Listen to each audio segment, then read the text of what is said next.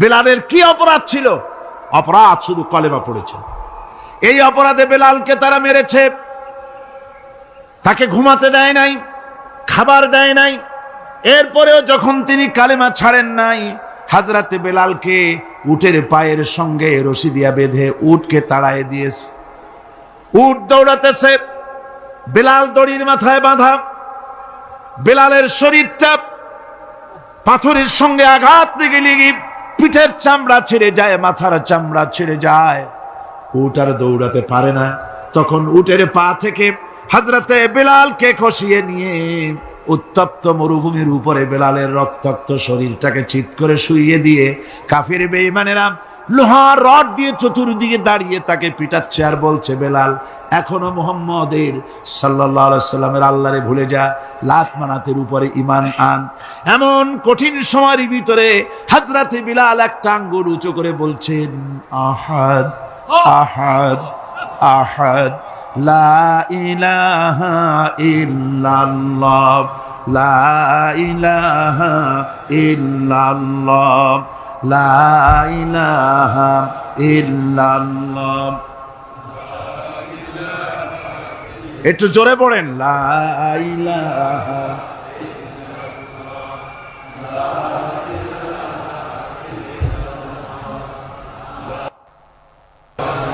লা ইলাহা ইল্লাল্লাহু মুহাম্মাদুর রাসূলুল্লাহ। আমার ভাইরা, ওরা হযরতে খাব্বাবকে বেঁধেছে, খুঁটির সাথে বেঁধে চতুর্দিক থেকে তীর নিক্ষেপ করছে, তরবারি মারতেছে, শরীরের গোশত টুকরা টুকরা হয়ে পড়তেছে। এরপরে কাফেরের নেতা বলতেছে, থামো, একটা কথা বলে নেই। জিজ্ঞেস করছে, খাব্বাব তোমাকে ছেড়ে দিতে পারি, একটা শর্ত যদি মানো, তোমার পরিবর্তে এখানে এনে আল্লাহর নবীকে, তোমাদের নবীকে এনে বাঁধবো, তার উপর অত্যাচার করব, এটা যদি মানো তোমারে ছেড়ে দিতে পারি। এতক্ষণ ধরে যিনি তীর তরবারির আঘাত নীরবে সহ্য করতেছিলেন, এখন মানুষের এই কথার আঘাত তিনি সহ্য করতে পারলেন না। হযরতে খাব্বাব ডাক দিয়া বলেন, ও কাফির বেঈমানেরা শোনো, তোমাদের হাত দিয়া আল্লাহর নবীকে এখানে এনে, তোমাদের হাত দিয়ে তীর তরবারি তো দূরের কথা, তোমাদের নাপাক হাত দিয়া আল্লাহ নবীর গায়ে যদি একটা ফুলও নিক্ষেপ করো, আমার শরীরের ভিতরে এক ফোঁটা রক্ত থাকতে আমি তা বরদাস্ত করব না। চতুর্দিক থেকে মার আরম্ভ হয়ে গেল, গায়ের গোশত পড়ে যায়। হযরতে খাব্বাব মনে করলেন এখন তো আর জীবন বাঁচবে না, বুঝি মরে যাব। তিনি তখন বললেন, রব্বুল আলামিন, আমার তো সময় হয়ে এসেছে বোধহয়, আমার এখন জীবনের শেষ মুহূর্তে আমার মন চায় যদি দুইটা সেজদা তোমারে দিতে পারতাম, 2 রাকাত নামাজ যদি পড়তে পারতাম, জীবনটা আমার খুশি হয়ে যেত। কিন্তু আমি বান্ধা, কেমন করে আমি সেজদা দেব? সেজদা দেওয়ার কোনো উপায় আমার নাই। তবে কাবা শরীফের দিকে আমার মুখ ঘুরানো আছে, আমি আমার মাথাটা একটুখানি নিচু করে নিলাম। আমার এই মাথা নিচু করাকে আমার জীবনের শেষ সেজদা হিসাবে ধরে নিও। কাফির বেঈমানেরা হযরতে খাব্বাবের মাথা ধরি অন্যদিকে ঘুরিয়ে দিল। হযরতে খাব্বাব পড়লেন, ফাইনামা তুওয়াল্লু ফাসাম্মা ওয়াজহুল্লাহ। যেদিকেই মুখ ঘোরাও সেদিকেই আল্লাহ, আল্লাহ ছাড়া কোনো দিক নাই। আমার ভাইরা, এই জিহাদে এত বড় ফজিলত আল্লাহ রাব্বুল আলামিন রেখেছেন। দ্বীন প্রতিষ্ঠার জন্য যারা লড়ে, আল্লাহ পাক তাদের জন্য বিরাট নিয়ামত রেখেছেন। সুবহানাল্লাহ পড়ে, লা তামাসসুহান নার ওয়া আইনুন বাকাত মিন খাশিয়াতিল্লাহ ওয়া আইনুন বাতাত তাহরিসু ফি সাবিলিল্লাহ, রাওয়াহু তিরমিজি। হযরত ইবনে আব্বাস রাদিয়াল্লাহু তাআলা তিনি বলছেন, আমি রাসূলুল্লাহকে বলতে শুনেছি, আল্লাহ নবী বলেছেন, 2টি চোখকে জাহান্নামের আগুন 2টা চোখকে স্পর্শ করবে না। একটা চোখ হচ্ছে গভীর রাত্রে যারা আল্লাহর ভয়তে, জাহান্নামের ভয়তে যারা কান্দে, জাহান্নামের আগুন ওই চক্ষুকে স্পর্শ করবে না। আর যারা দ্বীন প্রতিষ্ঠার জন্য, আল্লাহর দ্বীন কায়েমের জন্য ময়দানে যারা লড়াই করে, রাতের বেলায় পাহারা দেয়, ওই পাহারারত চোখের মধ্যে জাহান্নামের আগুন ওই চোখে স্পর্শ করবে না। আমার ভাইরা, হযরত উসমান রাদিয়াল্লাহু তাআলা আনহু বলছেন, মান রাবাতা লাইলাতান ফি সাবিলিল্লাহ কানাত কা আলফি লাইলাতিন সিয়ামুহা ওয়া কিয়ামুহা। হাজার রাত ধরে রোজা রাখলে, হাজার রাত ধরে ইবাদত করলে, আর হাজার দিন ধরে রোজা রাখলে যে সওয়াব হবে, একটা ঘন্টা একটা রাত যদি কেউ পাহারা দেয় আল্লাহর দ্বীনকে প্রতিষ্ঠার জন্য, আল্লাহর দ্বীনের কোন ইসলামী রাষ্ট্রের প্রহরায় যদি কেউ যদি থাকে, একটা রাতে পাহারা দিয়ে যে সওয়াব হবে, হাজার হাজার বছর ধরে নামাজ রোজা করে ওই সওয়াব পাওয়া যাবে না। সুবহানাল্লাহ। অর্থাৎ হাজার বছর ধরে নামাজ রোজা করার মতোই সওয়াব পাহারা দেওয়া আল্লাহর দ্বীনের ইসলামের রাষ্ট্রকে। বন্ধুগণ, রাসূল পাক সাল্লাল্লাহু আলাইহি ওয়াসাল্লাম তিনি বলেছেন, কিয়ামতের দিন জাহান্নামের আগুন আর জিহাদের ময়দানের ধুলি, এই দুটি একসঙ্গে কোন মানুষের পেটের মধ্যে প্রবেশ করবে না। রাসূল পাক সাল্লাল্লাহু আলাইহি ওয়াসাল্লামের একটি হাদিস যা মিশকাত শরীফের মধ্যে বর্ণিত আছে। মিশকাত শরীফের সম্ভবত 336 পৃষ্ঠায় এই হাদিসটি বর্ণনা করা হয়েছে যে হযরত ইবনে আয়েশ রাদিয়াল্লাহু তাআলা আনহু হচ্ছেন এই হাদিসের রাবী।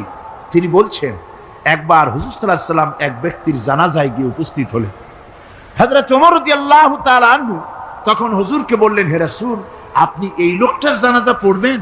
এই লোক তো ইসলামের এই ক্ষতি করেছে, সেই ক্ষতি করেছে, অমুক করেছে, এই লোকটার আপনি জানাজা পড়বেন? হুজুর তখন উপস্থিত লোকদের জিজ্ঞেস করলেন, হাজিরিন, তোমরা কি কেউ এই লোকটাকে কোন ইসলামের ভালো কাজ করতে দেখেছো? একজন লোক দাঁড়িয়ে গেলেন, তিনি বললেন, হে আল্লাহর নবী, আমি সাক্ষী, আমি দেখেছি। একটা মুজাহিদ বাহিনী জিহাদ করে ফিরতে ছিল, তো এক জায়গায় তারা ডেরা গাড়লো, শিবির স্থাপন করলো রাত কাটাবে বলে। আমি দেখেছি এই লোকটি সারা রাত সেই মুজাহিদদেরকে, সাহাবীদেরকে সারা রাত জেগে জেগে পাহারা দিয়েছে।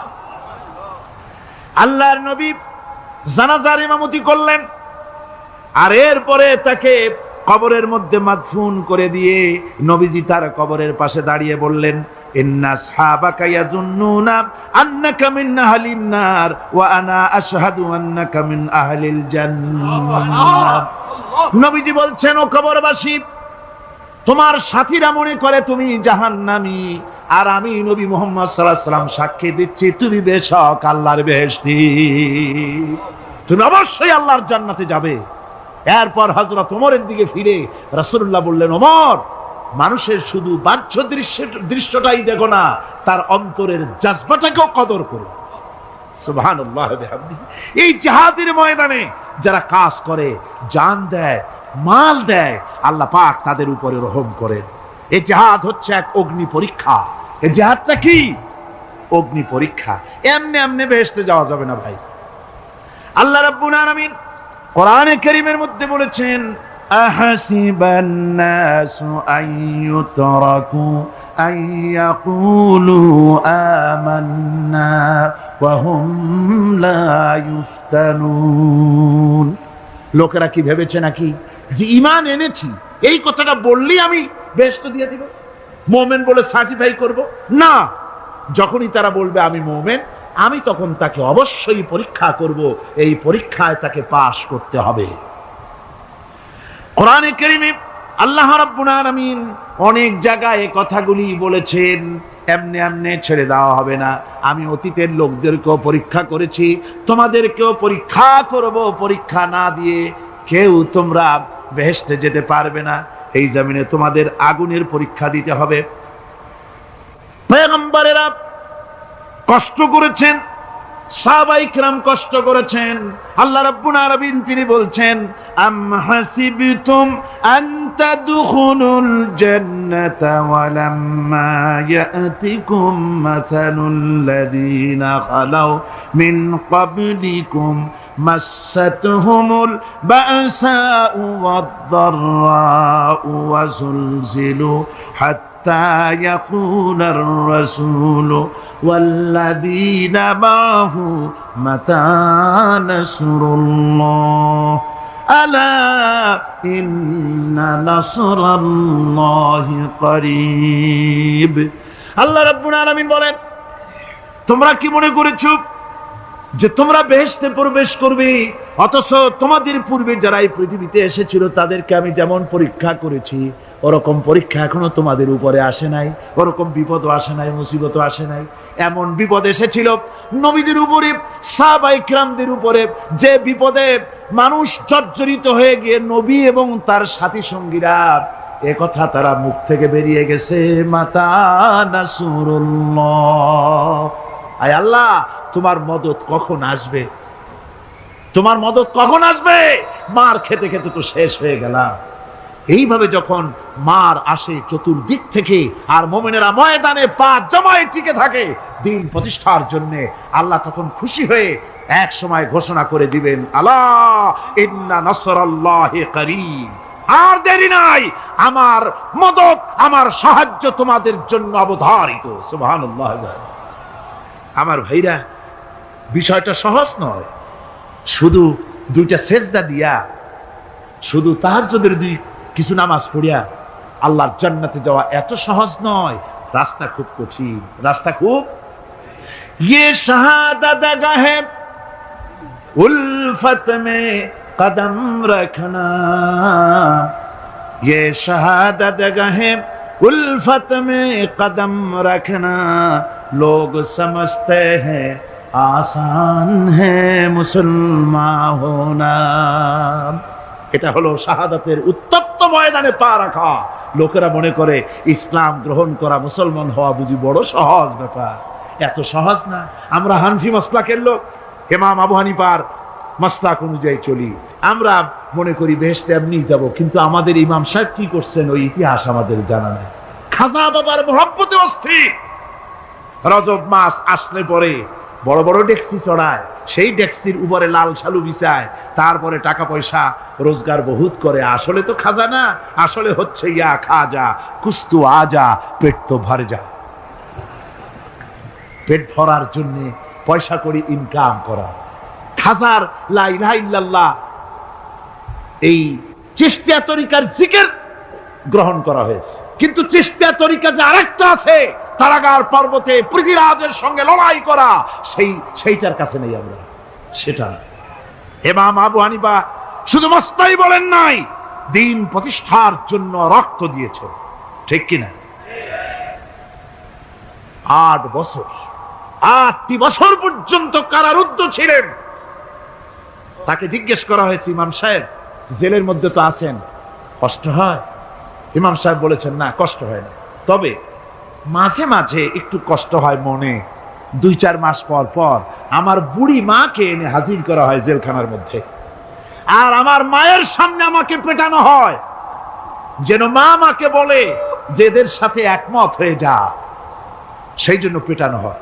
তা আমার মা আমার মায়ের দেখে, আর মায়ের চোখ থেকে পানি পড়তে থাকে, তখন আমার মনে বড় কষ্ট লাগে। তবে আলহামদুলিল্লাহ মা আমার এমন, আমার মার দেখেন আর হজম করেন, আর আমাকে বলেন খবরদার এক চুলো সিদ্ধান্ত থেকে নড়বা না।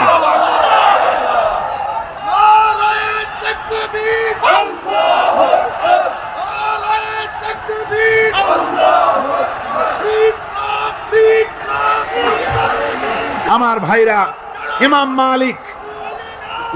মালিক 28 দিন পর্যন্ত তাকে বাতিলটা বেঁধে রেখেছে, হাত পিঠ মোড়া দিয়ে 28 দিন বাঁধা। এই হাত বাহু থেকে ডিসকানেক্ট হয়ে গিয়েছে, এই বাহুর জোড়া থেকে ডিসকানেক্ট হয়ে গিয়েছিল হাত, 28 দিন পর্যন্ত বাঁধা ছিল। ইমাম আহমদ বিন হাম্বল, ইসলাম বিরোধীরা তাকে পিটাইছে, প্রত্যেকটা চাবুকের সাথে গায়ের গোশত উঠে এসেছে। এজন্য কবি বলতেছি, पैरवी बू हनीफा की सनद जिंदान है, हम्बली होता है पीठ पर दुर्रे खाने की बात। হানাফি হতে চাও, জেল জরিমানার জন্য প্রস্তুতি নাও। শুধু সবরি কলা খাইয়া বেহেশতে যাওয়া যাবে না, এত সহজ না। আঙ্গুর বেদানা, সবরি কলা আর দুধের স্বরের উপর ইসলাম আসে নাই, ইসলাম এসেছে উত্তপ্ত ময়দানের উপরে। জান দিয়ে রক্ত দিয়ে ইসলাম প্রতিষ্ঠা হয়ে গোটা দুনিয়ার নির্যাতিত নিপীড়িত জনতার মুখে হাসি ফুটিয়েছে ইসলাম।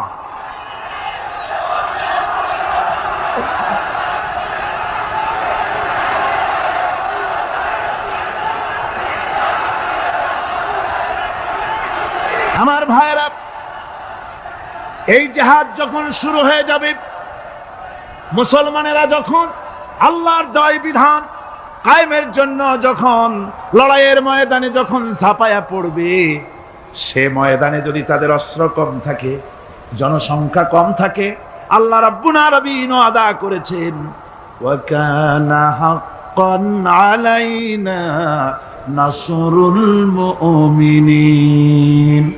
আল্লাহ রাব্বুল আলামিন বলেন, মুমিনরা যখন বিপদে পড়ে যায় তখন মুমিনদের সাহায্য করা আমি আল্লাহর জন্য ওয়াজিব হয়ে যায়। আমি আল্লাহর জন্য ওয়াজিব। আমার মুমিন ময়দানে মার খাবে আমার দ্বীনের জন্য, আর আমি তাকায় তাকে দেখবো না, তা হবে না। প্রাথমিক পর্যায়ে দেখবো যে তোমরা আসলেই দ্বীন প্রতিষ্ঠার জন্য লড়ো কিনা। তোমাদের বিবি বাল বাচ্চা তোমাদের সামনে শেষ হবে, ঘর বাড়ি চলে যাবে, চাকরি যাবে, সব যাবে, তারপরেও আমার দ্বীন প্রতিষ্ঠার জন্য ময়দানে টিকে থাকো কিনা। যদি তা থাকো তাহলে আমার মদদ অবশ্যম্ভব। আর কাফিরদের বিরুদ্ধে বিজয়ের জন্য রব্বুল আলামিন বলেছেন ওয়া কাফাল্লাহুল মুমিনিনাল কিতালা ওয়া কানাল্লাহু কাবিয়ান আজিজা। কাফেরদের বিরুদ্ধে লড়াইয়ের ময়দানে মুসলমানদেরকে সাহায্য করার জন্য আল্লাহই যথেষ্ট। কে যথেষ্ট? আল্লাহ যথেষ্ট। রব্বুল আলামিন বলেছেন ওয়ালা তাহিনু ওয়ালা তাহজানু ওয়া আনতুমুল আলাউনা ইন কুনতুম মুমিনিন। কোনো ভয় নাই, কোনো চিন্তা নাই, যদি তোমরা মুমিন হও আমি আল্লাহ রাব্বুল আলামিন তোমাদেরকে বিজয়ী করব। এই ওয়াদা কার? আল্লাহ। আল্লাহর ওয়াদা কখনো মিথ্যা হয়? আল্লাহ কি মিথ্যা কথা বলেন? নাউযুবিল্লাহ। ওয়া মান আসদাকু বিনাল্লাহি কিলা। আমি আল্লাহর চাইতে সত্যবাদী আর কে হতে পারে?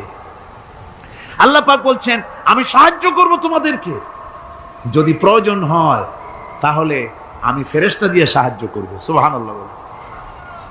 আল্লাহ রাব্বুল আলামিন সূরা আল-আনফালের ভিতরে ঘোষণা করেছেন, দুনিয়ার মানুষকে তিনি শুনায় দিচ্ছেন নবীজির সঙ্গে সাহায্যের ব্যাপারে যে কথাবার্তাগুলি হয়েছিল। ইয তাস্তাগীসুনা রাব্বাকুম ফাস্তাজাবা লাকুম আন্নী মুমিদ্দুকুম বিআলফিম মিনাল মালাইকাতি মুরদিফিন। স্মরণ করো সেই সময়ের কথা যখন তোমরা আমার কাছে কাকুতি বিনীত করে সাহায্য কামনা করতেছিলে যে আমাদেরকে 1000 ফেরেশতা দিয়ে সাহায্য করা হোক। আল্লাহ পাক বলেন আমি ফেরেশতা দিয়ে তোমাদেরকে ময়দানে সাহায্য করেছি, জিহাদের ময়দানে। সুবহানাল্লাহি বিহামদিহি। আল্লাহ রাব্বুল আলামিন বলেন তোমরা যখন সাহায্য প্রার্থনা করেছিলে আমি সাহায্য তোমাদের দিয়েছি। স্মরণ করো সেই সময়ের কথা যখন তোমাদের নবী তোমাদেরকে বলেছিল ইয তাকুনু লিল মুমিনিনা আলাইয়াকফিয়াকুম আইয়ুমিদ্দাকুম রাব্বুকুম বিসালাসাতিন আলাফিম মিনাল মালাইকাতি মুনজিলিন। আল্লাহ রাব্বুল আলামিন বলেন আমি এইভাবে করে যখন তোমাদের নবী তোমাদেরকে বলেছিল যে তোমাদের জন্য এটা কি যথেষ্ট নয় যে আল্লাহ পাক তোমাদের জন্য 3000 দিয়ে ফেরেশতা নাজিল করবেন, আমি তখন 3000 ফেরেশতা নয় বরং 5000 ফেরেশতা দিয়ে তোমাদেরকে সাহায্য করার ওয়াদা করেছি। 3000 নয়, 5000 চিহ্নযুক্ত ফেরেশতা নাজিল করে দিয়ে তোমাদের সাহায্য করব বলে আমি ওয়াদা করেছি। আজও সেই মদদ আল্লাহর পক্ষ থেকে আমাদের জন্য ওই মদদ আজও আসতে পারে। কবি বলছেন ফেজায়ে বদরে পয়দা কুন ফিরিশতে তেরি নুসরত কো উতর सकते गर्दों से कतर अंदर कतर अभी। বদরের মুসলমানদের মতো যদি ঈমান তোমাদের আসে তাহলে আজও আকাশ থেকে কাতারে কাতারে ফেরেশতা আমি আল্লাহ অবতীর্ণ করে দিতে পারি। সুবহানাল্লাহ বিহামদিহি। আমার ভাইরা, হযরতে সাদ বিন আবি ওয়াক্কাস রাদিয়াল্লাহু তাআলা আনহু তিনি কাদিসিয়ার যুদ্ধের পর যখন পারস্য দখলের জন্য চললেন, পাহারাস নগর অবরোধ করলেন, সামনে পড়ল নদী। এই নদী পাড়ি দিবেন, সাথে তার হাজার হাজার সৈন্য, এই সৈন্য নিয়ে নদী পাড়ি দিবেন। জিজ্ঞেস করলেন সাহাবীদের, তোমরা কি চাও? ইসলামের আন্দোলন, ইসলামের জিহাদ, আল্লাহর দ্বীন এখানেই শেষ হয়ে যাক, এটা চাও? না ইসলামের এই কলেমার আওয়াজ নদীর ওপারেও নিয়ে যেতে হবে, অথচ আমাদের কাছে কোনো পারাপারের কোনো নৌকা নাই, কি করতে চাও? সাহাবীরা বললেন, আমরা আপনার অর্ডার ফলো করব, আমরা এই নদীর ওপারে গিয়েও কালেমার পতাকাকে উড্ডীন করতে চাই, কালেমার সুশীতল ছায়াতলে গোটা দুনিয়াকে আনতে চাই। হযরতে সাদ তখন বললেন, তাহলে তোমরা সবাই আমার পেছনে পেছনে এই দরিয়ার ভিতরে ঝাঁপিয়ে পড়ো, আর আমার সঙ্গে সবাই উচ্চারণ করো, নাস্তাঈনু বিল্লাহি ওয়া নাতাওয়াক্কালু আলাইহি হাসবুনাল্লাহু নি'মাল ওয়াকিল নি'মাল মাওলা ওয়া নি'মান নাসীর। ইতিহাস লিখতেছি, 60,000 সৈন্য তাদের অশ্ব নিয়ে, তাদের উষ্ট্র নিয়ে, তাদের মালপত্র নিয়ে, জিহাদের সামান নিয়ে শ্রাবণের খরস্রোতা নদী, উত্তাল তরঙ্গমালায় ভরা নদীর উপর থেকে এই সাহাবীরা পাড়ি দিয়ে ওপার চলে গেলেন। ওপার যাওয়ার পরে হযরতে সাদ বলছেন, তোমাদের কেউ কি হারায় গেছে নাকি? সবাই এদিক ওদিক তাকায়, খোঁজ করে বলল, মানুষ তো দূরের কথা, একটা উট আর ঘোড়াও একটাও হারায় যায় নাই। একজন বলল, আমার একটা পেয়ালা, যে পেয়ালা আমি পানি পান করতাম, সেই পেয়ালাটা তুফানে ছিটকে কোথায় চলে গেছে, ওইটা হারায় গেছে। হযরতে সাদ বলেন, মুজাহিদের কোন জিনিস দরিয়া নিতে পারে না, অবশ্যই তা ফেরত আসবে। এই কথা তিনি বলতেছিলেন, হঠাৎ করে দরিয়ার কিনারে একটা আওয়াজ হলো, দেখা গেল তুফানের ভিতরে সেই হারানো বাটিটা তাদের মধ্যে ফিরে এসেছে। আল্লাহু আকবার! মুজাহিদদেরকে সাহায্য করেন স্বয়ং আল্লাহ রাব্বুল আলামিন। আফ্রিকার জঙ্গলের কাছে ভিন্ন ইতিহাস, জঙ্গলের কাছেই মুসলমানদেরকে থাকতে দেওয়া হয়েছিল। মনে করা হয়েছিল জঙ্গলের সমস্ত হিংস্র প্রাণীরা এই মুসলমানদের শেষ করে দেবে, যুদ্ধ করা লাগবে না। হযরতে সাদ সে অবস্থা বুঝতে পারলেন, তিনি একটা মঞ্চ তৈরি করলেন।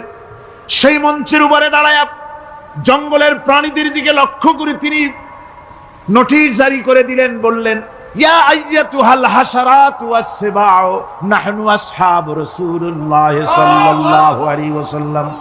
হে জঙ্গলের হিংস্র প্রাণীরা, আমরা আল্লাহ রাসূলের সাহাবী, ফাইন্না নাজিলুনা ফামান ওয়াজাদনা বাদাহু কাতালনাহু।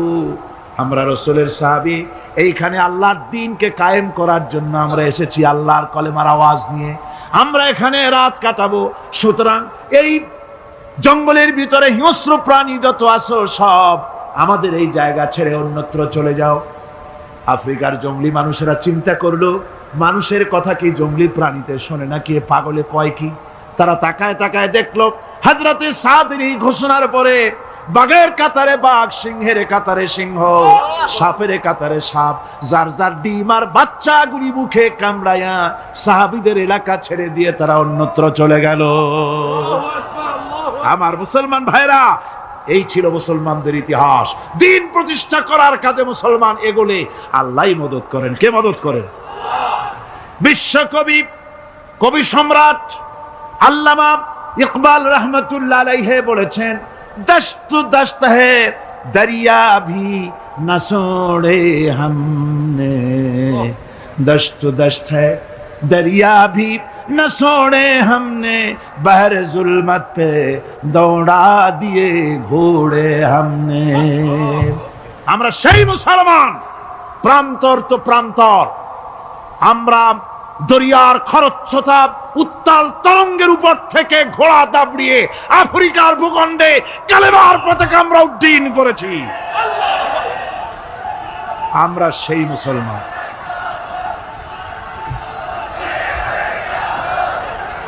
একটুখানি জিকির করেন, লা ইলাহা ইল্লাল্লাহ, লা ইলাহা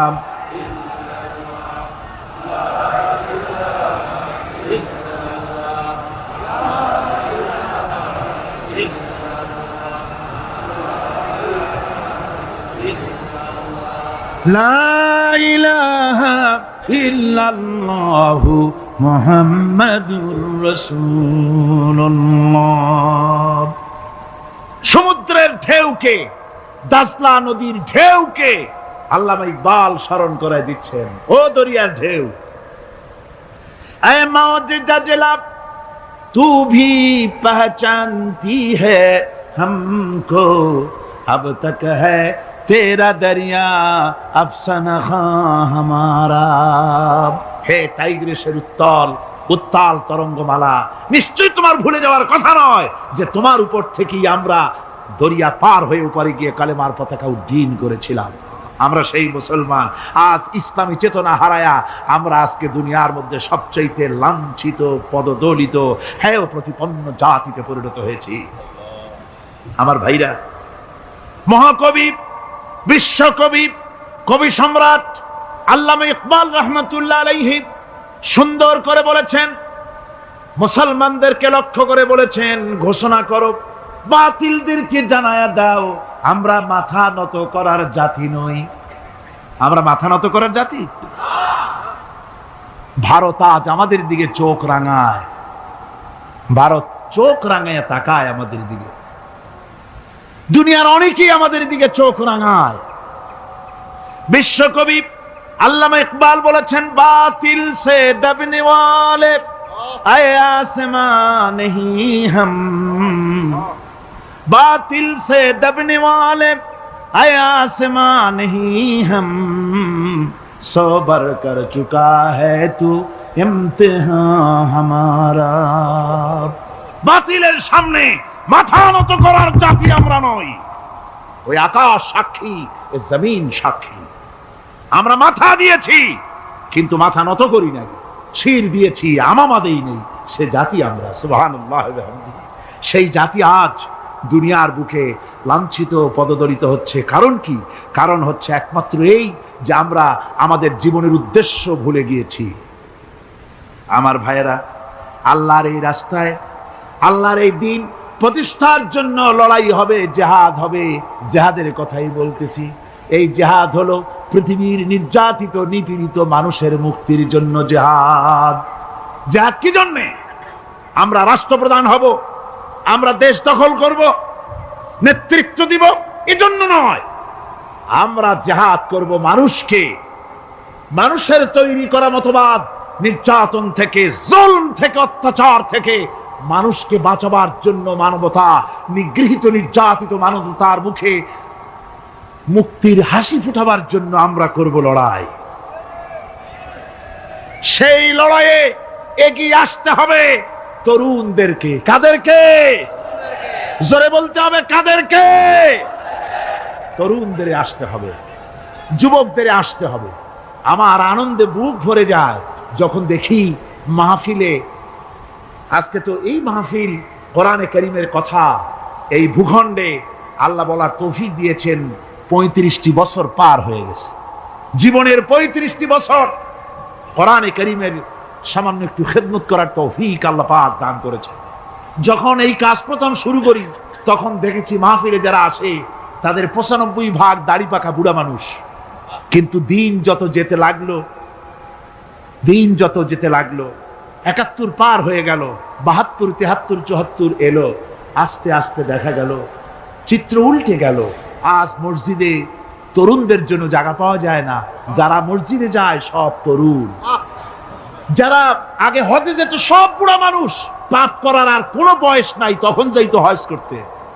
এখন আলহামদুলিল্লাহ তরুণেরা যায় হজ করতে বেশিরভাগ। আজকের মাহফিল দেখুন, দাঁড়ায় দেখতে বলি নাই, জায়গায় বসে আর ডাইনে বা একটু তাকায় দেখেন কারা বেশি, দাড়ি পাকা না যুবক?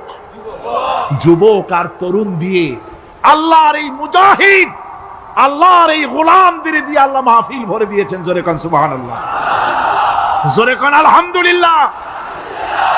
এই তরুণ যুবকরাই হচ্ছে ইসলামের সম্পদ। ইসলামের সম্পদ কে? তরুণ আর যুবকেরা। তোমাদের অবদান ইসলামে সব চাইতে বেশি।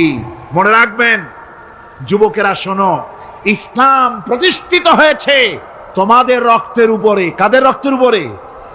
যুবকদের রক্তের উপরে। যারা ইসলাম প্রথম কবুল করেছিলেন তারা কিন্তু বুড়ো ছিলেন না কেউ, প্রথম যে ব্যক্তি ইসলাম কবুল করলেন হযরতে সাইয়্যিদুনা আবু বকর সিদ্দিক রাদিয়াল্লাহু তাআলা আনহু। বয়স ছিল 37 বছর। 37 বছর বয়সে দাঁত টাত পড়িয়া খুনখুনা বুড়া হয়ে গেছিল নাকি? হযরত ওমর ইসলাম যখন কবুল করেন তখন তিনি ছিলেন 26 বছরের টকবগে যুবক। যৌবনের রক্ত পা এবং মাথা পর্যন্ত শিরায় উপশিরায় ধাবমান এই যুবক হযরত ওমর 26 বছর বয়সের সময় ইসলাম কবুল করেন। হযরত আব্দুর রহমান বিন আউফ যখন ইসলাম কবুল করেন বয়স ছিল মাত্র 17 বছর। হযরত আলী যখন ইসলাম কবুল করেন তখন বয়স ছিল মাত্র 8.5 বছর।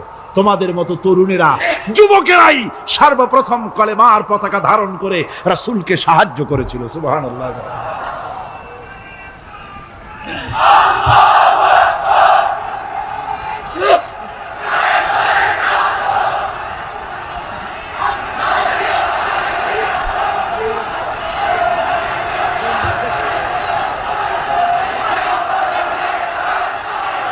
আমার মুসলমান ভাইয়েরা থামুন। আমার ভাইয়েরা, যুবকদের অবদানই চিরকাল ইসলামে বেশি ছিল। তাই বলে যারা বৃদ্ধ মানুষ তাদের কিন্তু কোনো মন খারাপ করার কোনো কারণ নাই, ঠিক কিনা? যেহেতু আমরা যারা বয়সের প্রান্তে এসে গেছি আমরাও ওই যৌবন কালটা পেরিয়ে এসেছি, ঠিক কিনা? আরেকটি কথা, কিয়ামতের দিন কোন বুড়ো মানুষ বেহেশতে যাবে না, সব যুবকরা যাবে। বেহেশতে যাবে কারা? বুড়োরা বোধহয় ভয় পেয়ে গেছেন। রাসূল পাক সাল্লাল্লাহু আলাইহি ওয়াসাল্লাম বলেছেন, আমার কথা না, হুজুর বলেছেন কোন বুড়ো মানুষ বেহেশতে যাবে না, কোন কালো মানুষ বেহেশতে যাবে না। এখন রাসূল যদি বলেন তার কথাই তো আইন। হুজুর বলেন কালো মানুষ বেহেশতে যাবে না, একটা কালো মানুষ কান দিয়ে তো পড়েই গেছে। হুজুর বলেন কেঁদো না, তুমি যখন বেহেশতে যাবে চাঁদের মতো সুন্দর চেহারা নিয়ে বেহেশতে যাবে। বুড়ার কান্না দেখে হুজুর বলছেন কেঁদো না, তুমি যখন বেহেশতে যাবে আল্লাহ তোমার যুবক বানায় পাঠায় দিবে। যেহেতু বেহেশত হচ্ছে যুবকদের জন্য। সুবহানাল্লাহ। অত নাজ নিয়ামত, অত আনন্দ, বুড়া মানুষে তো খাইয়া খুইয়া বেহেশত নষ্ট করি ভালো হবে। এই জন্য যৌবন দরকার, স্বাস্থ্য দরকার বেহেশত উপভোগ করার জন্য। সেই জন্য বেহেশতে যাবে কারা? তরুণেরা যাবে। কারা যাবে? তরুণ তরুণী দিয়ে আল্লাহ পাক বেহেশত ভরে ফেলবেন। সুবহানাল্লাহ। আমার তরুণেরা, যুবকেরা শোনো, রাসূলুল্লাহ তোমাদের কত সম্মান দিয়েছেন। কে সম্মান দিয়েছেন? রাসূলুল্লাহ। রাসূলুল্লাহ এক জায়গায় বক্তৃতা করতেছিলেন, বক্তৃতা করছে, এমন সময় দেখা গেল একজন তরুণ সাহাবী, নাম তার জারীর রাদিয়াল্লাহু তাআলা আনহু। চাঁদের মতো চেহারা তার ছিল, খুব সুন্দর চেহারা ছিল তার। হযরত জারীর বসতে না পেরে জায়গা পায় না, দাঁড়ায় আছে। রাসূল নিজের গায়ের চাদরটা খুলে জারীরের দিকে নিক্ষেপ করলেন, বললেন, জারীর দাঁড়িয়ে আছো, আমার চাদরের উপরে বসো। সুবহানাল্লাহ। হযরতে জারীর রাসূলুল্লাহর চাদর নিয়ে চুমা খাইতে লাগলেন আর বললেন, আকরামাকাল্লাহ কামা আকরামতানি ইয়া রাসূলুল্লাহ। হে রাসূল, আল্লাহ আপনার সম্মান আরো অনেক বাড়িয়ে দিক, যেমন আপনি আমাকে মর্যাদা দিলেন। হে রাসূল, আপনার চাদরে পৃথিবীর কোন মানুষ বসতে পারে?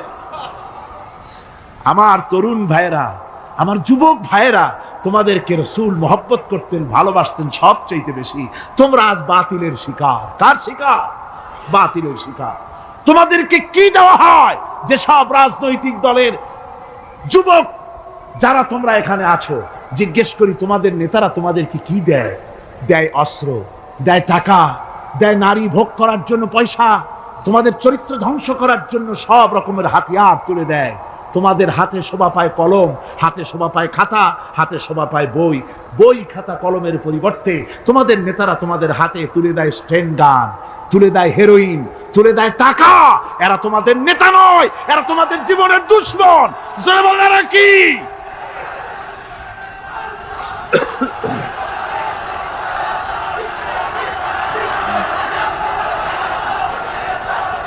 আমার যুবক ভাইয়েরা, আমার কলেজ ইউনিভার্সিটির ছাত্র ভাইয়েরা, একটুখানি মাথা খাটায় চিন্তা করো।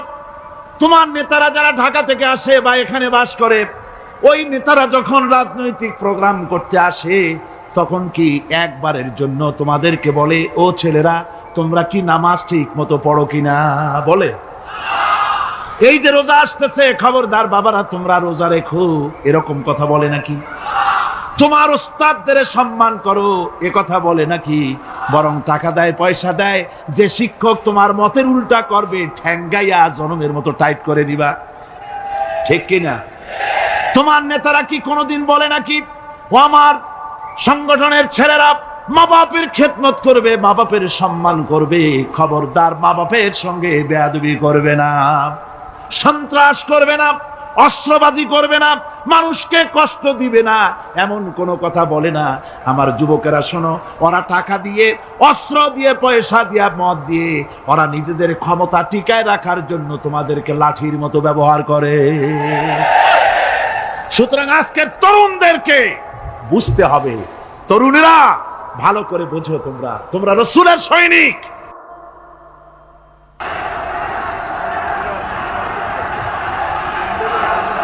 তোমাদের পক্ষে সম্ভব। বসুন, আমি বুঝতে পেরেছি কথা যেহেতু তরুণদের, আর তরুণদের জনসমুদ্র, কাজী জনসমুদ্রের মধ্যে উত্তাল ঢেউ তো সৃষ্টি হবেই, স্বাভাবিক। কিন্তু সেই স্বাভাবিকতার সুযোগ নিয়ে দাঁড়ায় বিশৃঙ্খলার সৃষ্টি করবেন না। আমার ভাইরা, আমরা ইসলাম আমাদের আদব শিক্ষা দেয়। কি শিক্ষা দেয়? আদব। শুধুমাত্র কোন লোক পেশাব পায়খানার কথা বললে তাকে রাস্তা ছেড়ে দেবেন, যেতে বলবেন, তা না হলে তো আপনাদেরই অসুবিধা হবে। কথা বুঝতে পেরেছেন? বাকি কেউ উঠবেন না, দাঁড়াবেন না।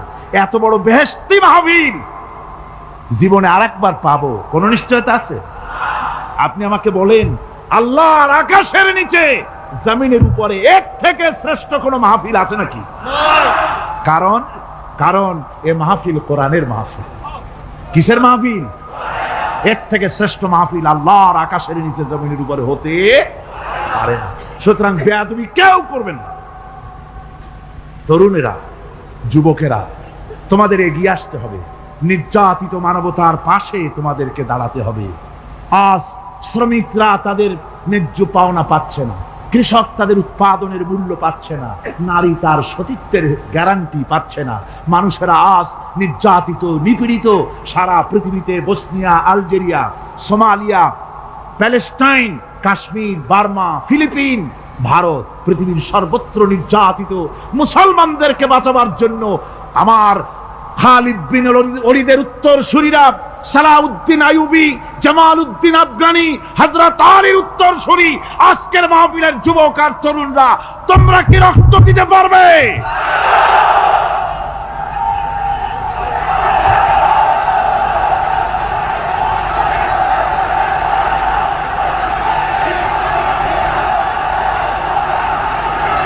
আমার মুসলমান যুবকেরা, আল্লাহর রাস্তায় রক্ত দিলে তার অবস্থা কি হবে শোনো। আল্লাহ রাব্বুল আলামিন বলেছেন, ওয়ালা তাকুলু লিমান ইউকতালু ফি সাবিলিল্লাহি আমওয়াত বাল আহইয়াউ ওয়ালাকিন লা তাশউরুন। আল্লাহ রাব্বুল আলামিন বলেন, আমার রাস্তায় যারা নিহত হয়েছে, আমার রাস্তায় যারা জীবন দিল, ওরা মরে গেছে এই কথা তোমরা বলো না, ওরা জিন্দা। ওরা কি? আমার রাস্তায়, আমার দিন প্রতিষ্ঠার জন্য, মানবতার মুখে হাসি ফুটাবার জন্য, নির্যাতিত মানবতার গোলামীর জিনজির থেকে তাদেরকে বাঁচাবার জন্য সংগ্রাম করতে গিয়ে যারা জীবন দিল, ওরা মরে নাই, ওরা জিন্দা। ওরা কি? জিন্দা। আল্লাহ পাক বলেন, ওরা জিন্দা তোমরা জানো না, আমার কাছ থেকে তারা রিজেক্ট প্রাপ্ত হয়। যারা শহীদ হয়, শাহাদাতের কথা শুনে যাদের ভয় লাগে, অস্ত্রের খোঁচা খায়া, গুলি খায়া, বায়োনেট খায়া, ড্যাগারের গুতা খায়া মরা, জানি কত যন্ত্রণা। নবীজি বলতেছেন, আন আবি হুরায়রা রাদিয়াল্লাহু তাআলা আনহু আন্না রাসূলুল্লাহ সাল্লাল্লাহু আলাইহি ওয়াসাল্লাম মা ইয়াজিদু শাহীদু মিন মাসিল কাতল কামা ইয়াজিদু আহাদুকুম মিন মাসিল কারছা। তিরমিজি, নাসাই। আল্লাহ নবী বলেছেন, হযরত আবু হুরায়রা হাদিসটি বর্ণনা করেছেন, নবীজি বলেছেন শাহাদাতের মওত হলো তোমাদের কেউ যদি আরেকজনকে একটা চিমটি কাটে, ওই চিমটি কাটায় যতটুকু যন্ত্রণা, শাহাদাতের মওতের এর চাইতে বেশি কিছু যন্ত্রণা নয়। শাহাদাতের মওতটা হচ্ছে একটা সেতু। এটা কি সেতু? এটা ব্রিজ। এপারে দুনিয়া, ওপারে আল্লাহ। সুবহানাল্লাহ ওয়া বিহামদি। মরার সাথে সাথে দিদার ইলাহি নসিব হয়ে যাবে। সুবহানাল্লাহ ওয়া বিহামদি। সাহাবায়ে কেরাম, আপনি চিন্তা করেন, তাদের মা বাবা বিবি বাল বাচ্চা সন্তান সবকিছুকে ফেলে রেখে আল্লাহর দ্বীনের জন্য রক্ত দিতে পেরেছেন। কি কারণে? জীবনকে তাদের কাছে তুচ্ছ মনে হয়েছে। এই জীবন জীবন নয়, ওই জীবনই তো সবচেয়ে সেরা জীবন, যে জীবনে আমার মাওলা আমার উপরে খুশি হয়ে যাবে। সুবহানাল্লাহ, আমার মাবুদ আমার উপরে খুশি হয়ে যাবে। ওইটা হচ্ছে সবচেয়ে নিয়ামতের মওত। এই জন্য হুজুর সাল্লাল্লাহু আলাইহি ওয়াসাল্লাম বলেছেন, কেউ যদি শাহাদাতের তামান্না করে দিল থেকে, সে যদি তার বিছানায়ও মরে, আল্লাহ পাক ওটাকে শাহাদাত হিসেবে ধরে নেবে। হযরত ওমর রাদিয়াল্লাহু তাআলা আনহু দোয়া করতেন, আল্লাহুম্মা রযুকনি শাহাদাতান ফি সাবিলিক ওয়াজআল মাউতি ফি বালাদি রাসূলিক। আয় আল্লাহ, তুমি দয়া করে মেহেরবানি করে আমাকে শাহাদাতের পেয়ালা পান করাও। শাহাদাতের মওত সবচেয়ে নিয়ামতের মওত। কিয়ামতের দিন এই শহীদ তার আত্মীয় স্বজনের ব্যাপারে 70 জন লোকের ব্যাপারে আল্লাহর কাছে সুপারিশ করার মতো পাওয়ার লাভ করবে। শহীদ ভাইরা, এই শাহাদাত নসিব হওয়ার জন্য তামান্না আমাদের দিলের মধ্যে থাকা উচিত। আল্লাহর দ্বীন প্রতিষ্ঠার জন্য প্রয়োজনে আমরা জান দিব, মাল দিব। পারবো না? পারবো কিনা? আমার ভাইরা, আব্দুল উজ্জা মক্কা শরীফে বাড়ি, 20 বছরের যুবক, কলিজার মধ্যে সবসময় চায় এতিম মানুষ, বাপ মারা গেছে একেবারে ছোট অবস্থায়, খুব গরিব। চাচা তাকে বড় করেছে, চাচা তাকে ঘর দিয়েছে, বাড়ি দিয়েছে। বুখারীর হাদিস, বুখারী শরীফে এসেছে। বাড়ি ঘর জায়গা জমি সোনা দানা টাকা পয়সা উট ঘোড়া সব দিয়েছে, প্রতিষ্ঠিত করে দিয়েছে। কিন্তু আব্দুল উজ্জা শান্তি পায় না। রাসূল পাক সাল্লাল্লাহু আলাইহি ওয়াসাল্লাম দ্বীনের দাওয়াত দিচ্ছেন, মন চায় তাওহীদের এই সুরা সেও পান করে, কিন্তু চাচার ভয়তে পারে না। মনটা চাচ্ছে, আহা, চাচা যদি ইসলাম কবুল করতো তাহলে আমার জন্য ব্যাপারটা সহজ হয়ে যেত। এভাবে চিন্তা করতেছে। হঠাৎ একদিন রাসূল পাক সাল্লাল্লাহু আলাইহি ওয়াসাল্লাম হিজরত করলেন। এরপরে আব্দুল উজ্জার ধৈর্যের বাঁধ ভেঙে গেল। আব্দুল উজ্জা গিয়ে বলছে, চাচা, মুহাম্মদ সাল্লাল্লাহু আলাইহি ওয়াসাল্লামের নাম তো নিশ্চয়ই শুনেছেন। বলে, হ্যাঁ শুনেছি। তিনি যে ইসলামের দাওয়াত দেন, ওটা আপনার কাছে কেমন লাগে? তার মানে বলছে যে আমার কাছে তো খুব ভালো লাগে। চাচা, ইসলাম কি কবুল করবেন? এই অগণিত মূর্তির সামনে মাথা নত করে আমাদের কোনো লাভ নাই। ওই মূর্তিগুলি আমাদের কোনো সাহায্য করতে পারে না। এক আল্লাহ বিশ্বাস করার জন্য মুহাম্মদ সাল্লাল্লাহু আলাইহি ওয়াসাল্লাম আমাদের বলেছেন। চাচা বলছে, খবরদার, এই কথা যদি আবার উচ্চারণ করো তাহলে আমি তোমাকে যা দিয়েছি সব ছিনায় নেব। আব্দুল উজ্জা বলছেন, তাহলে আর আমি সহ্য করতে পারলাম না। চাচা, আপনার সামনেই আমি ঘোষণা করলাম, একদিন চাপা রেখেছি, আর পারলাম না। আমি ঘোষণা করে দিলাম, লা ইলাহা ইল্লাল্লাহু মুহাম্মাদুর রাসূলুল্লাহ। চাচা বলল, তুমি এর পরিণতি জানো? আব্দুল উজ্জা বলল, কি পরিণতি?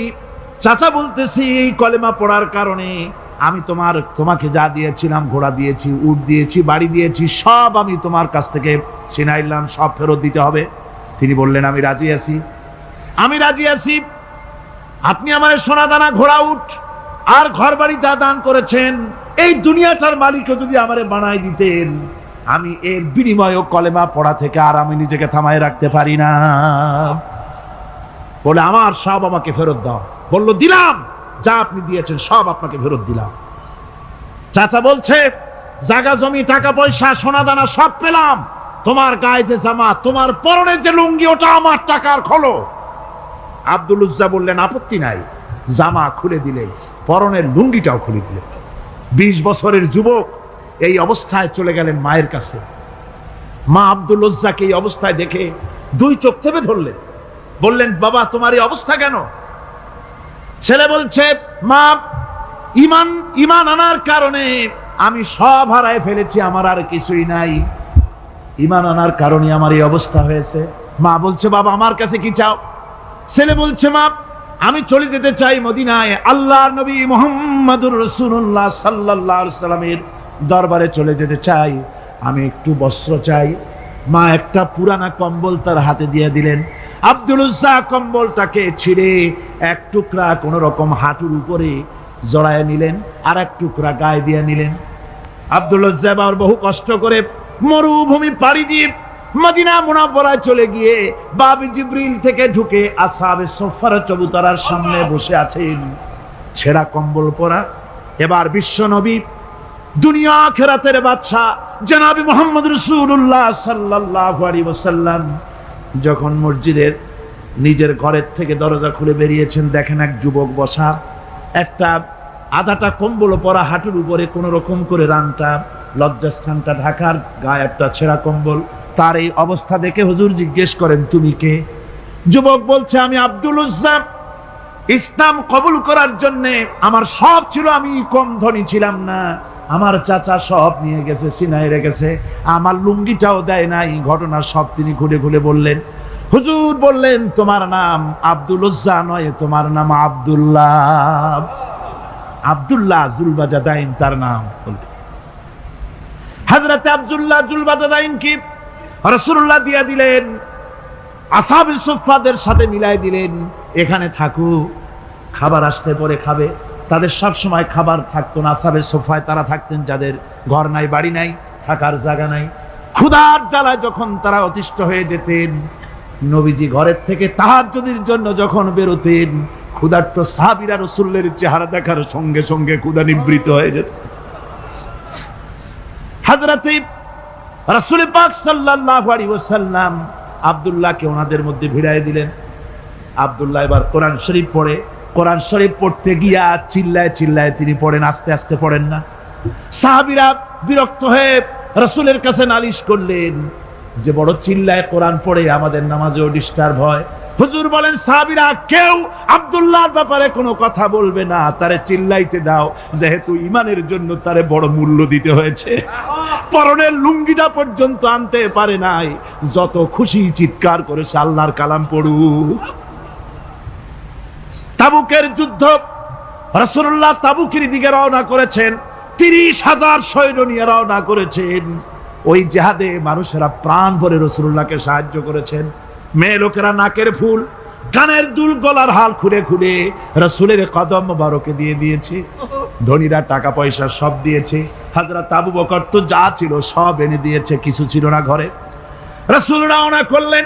প্রতিমধ্যে হযরত আব্দুল্লাহ জুলবাজাদাইন আল্লাহ নবীর খেদমতে হাজির হয়ে বলেন, হুজুর সবাই তো সব দিল, আমার কিছুই নাই, কিছু দিতে পারলাম না। হুজুর আপনি আমার জন্য দোয়া করেন, আমি যেন এই তাবুকের ময়দানে কাফেরদের বিরুদ্ধে লড়াই করে যেন শহীদ হয়ে যেতে পারি।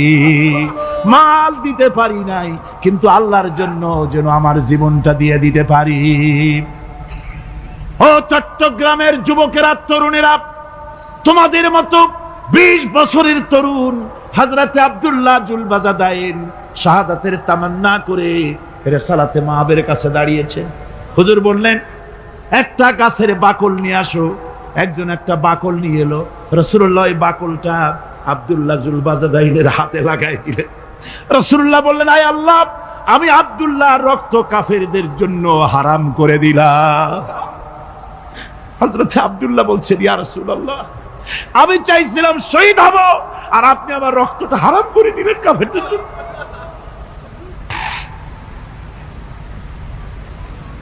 আল্লাহ নবী বলেন, আব্দুল্লাহ রে, কোন চিন্তা করো না, তোমার মৃত্যু যদি জ্বরেও হয়, আল্লাহ রাব্বুল আলামিন তোমার শাহাদাতের দরজা দিয়ে দিবেন।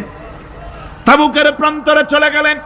কয়েকদিন ওই তাবুকের ময়দানে থাকায় রাসূলের কাছে খবর এলো, আব্দুল্লাহ মারাত্মক জ্বরে আক্রান্ত হয়ে ইন্তেকাল করেছেন। রাসূলুল্লাহ বললেন, আমি জানাজা পড়াবো। হযরতে আব্দুল্লাহর জানাজা হলো গভীর রাত। কবরের ভিতরে একজন দাঁড়ায়া লাশ ধরার জন্য একজন কবরের ভিতরে দাঁড়িয়েছে। 2 জন লোকে লাশ নিয়ে আসতেছে। হযরতে বেলাল আলো উঁচু করে দাঁড়ায় ধরে আছে, অন্ধকার রাত, কবরের ভিতরে একজন দাঁড়ানো, লাশ নিয়ে এসেছে দুজনে। কবরের ভিতরে যিনি দাঁড়ানো তিনি বলছেন, এই লাশকে তোমাদের ভাইকে আদবের সাথে কবরে রাখো। কবরের মধ্যে যিনি দাঁড়ানো তিনি আর কেউ নয়, বিশ্বনবী মুহাম্মদুর রাসূলুল্লাহ সাল্লাল্লাহু আলাইহি ওয়াসাল্লাম। হযরত রাসূলুল্লাহ বলতেছেন, আবু বকর, ওমর, তোমাদের ভাইকে আদবের সাথে কবরে রাখো, খবরদার বেয়াদবি করো না। কবরের মধ্যে আল্লাহ নবী আব্দুল্লাহ জুলবাজাদাইনকে নিজ হাতে শোয়ায় দিয়া কবরের উপরে পাথর বিছিয়ে দিয়ে নবীজি বললেন, রব্বুল আলামিন, আজকের এই সন্ধ্যা পর্যন্ত আমি আব্দুল্লাহর প্রতি রাজি ছিলাম, তুমিও আব্দুল্লাহর প্রতি সন্তুষ্ট হয়ে যাও। হযরত ইবনে মাসউদ রাদিয়াল্লাহু তাআলা আনহু বলেন, আমি চিৎকার মেরে কেঁদে কেঁদে বললাম, আল্লাহ, আজকে যদি এই কবরে আব্দুল্লাহ না হয়ে আমি হতাম, আমার কিসমতটা ভালো হয়ে যেত। যুবকেরা, ও তরুণ মুসলমানেরা, তোমরাই রক্ত দিয়ে ইসলাম কায়েম করেছো। কে কায়েম করেছে ইসলাম? মুসলিম তরুণেরা, মুসলিম যুবকেরা, তোমাদের অবদান সব চাইতে বেশি। আজ আজ মুসলমান যুবকদের চরিত্র নাই, মদ, জুয়া, জেনা, ব্যভিচার করে করে সর্বনাশ করে দেওয়া হলো। সরকারি ভাবে, বেসরকারি ভাবে, বিভিন্ন ভাবে যুবকদেরকে মিসগাইড করার জন্য মদ দেওয়া হয়, টাকা দেওয়া হয়, অস্ত্র দেওয়া হয়, সব দিয়ে যুবকদের চরিত্র নষ্ট করা হচ্ছে। অথচ যুবক হচ্ছে একটা জাতির মেরুদণ্ড। জাতির কি মেরুদণ্ড? এই মেরুদণ্ডকে ঘুণে ধরেছে, এই মেরুদণ্ড নষ্ট করার ব্যবস্থা করা হয়েছে। আমার মুসলমান ভাইয়েরা, হাদিস থেকে শোনো, বদরের প্রান্তরে যুদ্ধ হবে, রাসূলুল্লাহ সাহাবায়ে কিরামদেরকে রেডি করেছেন। কিন্তু এই যুদ্ধটা বড় মারাত্মক, এই জিহাদ বড় মারাত্মক। জিহাদ হবে, চাচার বিরুদ্ধে ভাতিজা জিহাদ করবে, বাপের বিরুদ্ধে সন্তান অস্ত্র ধারণ করবে, ভাইয়ের বিরুদ্ধে ভাই অস্ত্র ধারণ করবে। কোন জায়গা? বদর। কোন জায়গায়? বদর। মক্কা থেকে যারা আসতেছে সব চাচা, ভাই, মামু, খালু, এরা আসতেছে। আপন আপন লোকেরা আপন লোকের বিরুদ্ধে অস্ত্র ধারণ করবে। এটা কি সহজ? কোন এটা কি সহজ? রাসূলুল্লাহ যুদ্ধের কথা মানুষকে বুঝাচ্ছেন, একটু ইতস্তত করছেন। হযরত রাসূল পাক সাল্লাল্লাহু আলাইহি ওয়াসাল্লাম যুদ্ধের কথা সাহাবায়ে কিরামদের সামনে পেশ করতেছেন, আর একটু ইতস্তত করতেছেন এই কঠিন যুদ্ধে সাহাবীরা কিভাবে মেনে নেবে। রাসূলের মনের অবস্থা বুঝতে পেরে হযরত মিকদাদ রাদিয়াল্লাহু তাআলা আনহু, বর্ষিয়ান সাহাবী, তিনি দাঁড়ায় গেলেন। তিনি দাঁড়ায় বলছেন, ইমদি বিনা ইয়া রাসূলুল্লাহ হাইসু মা তাশা।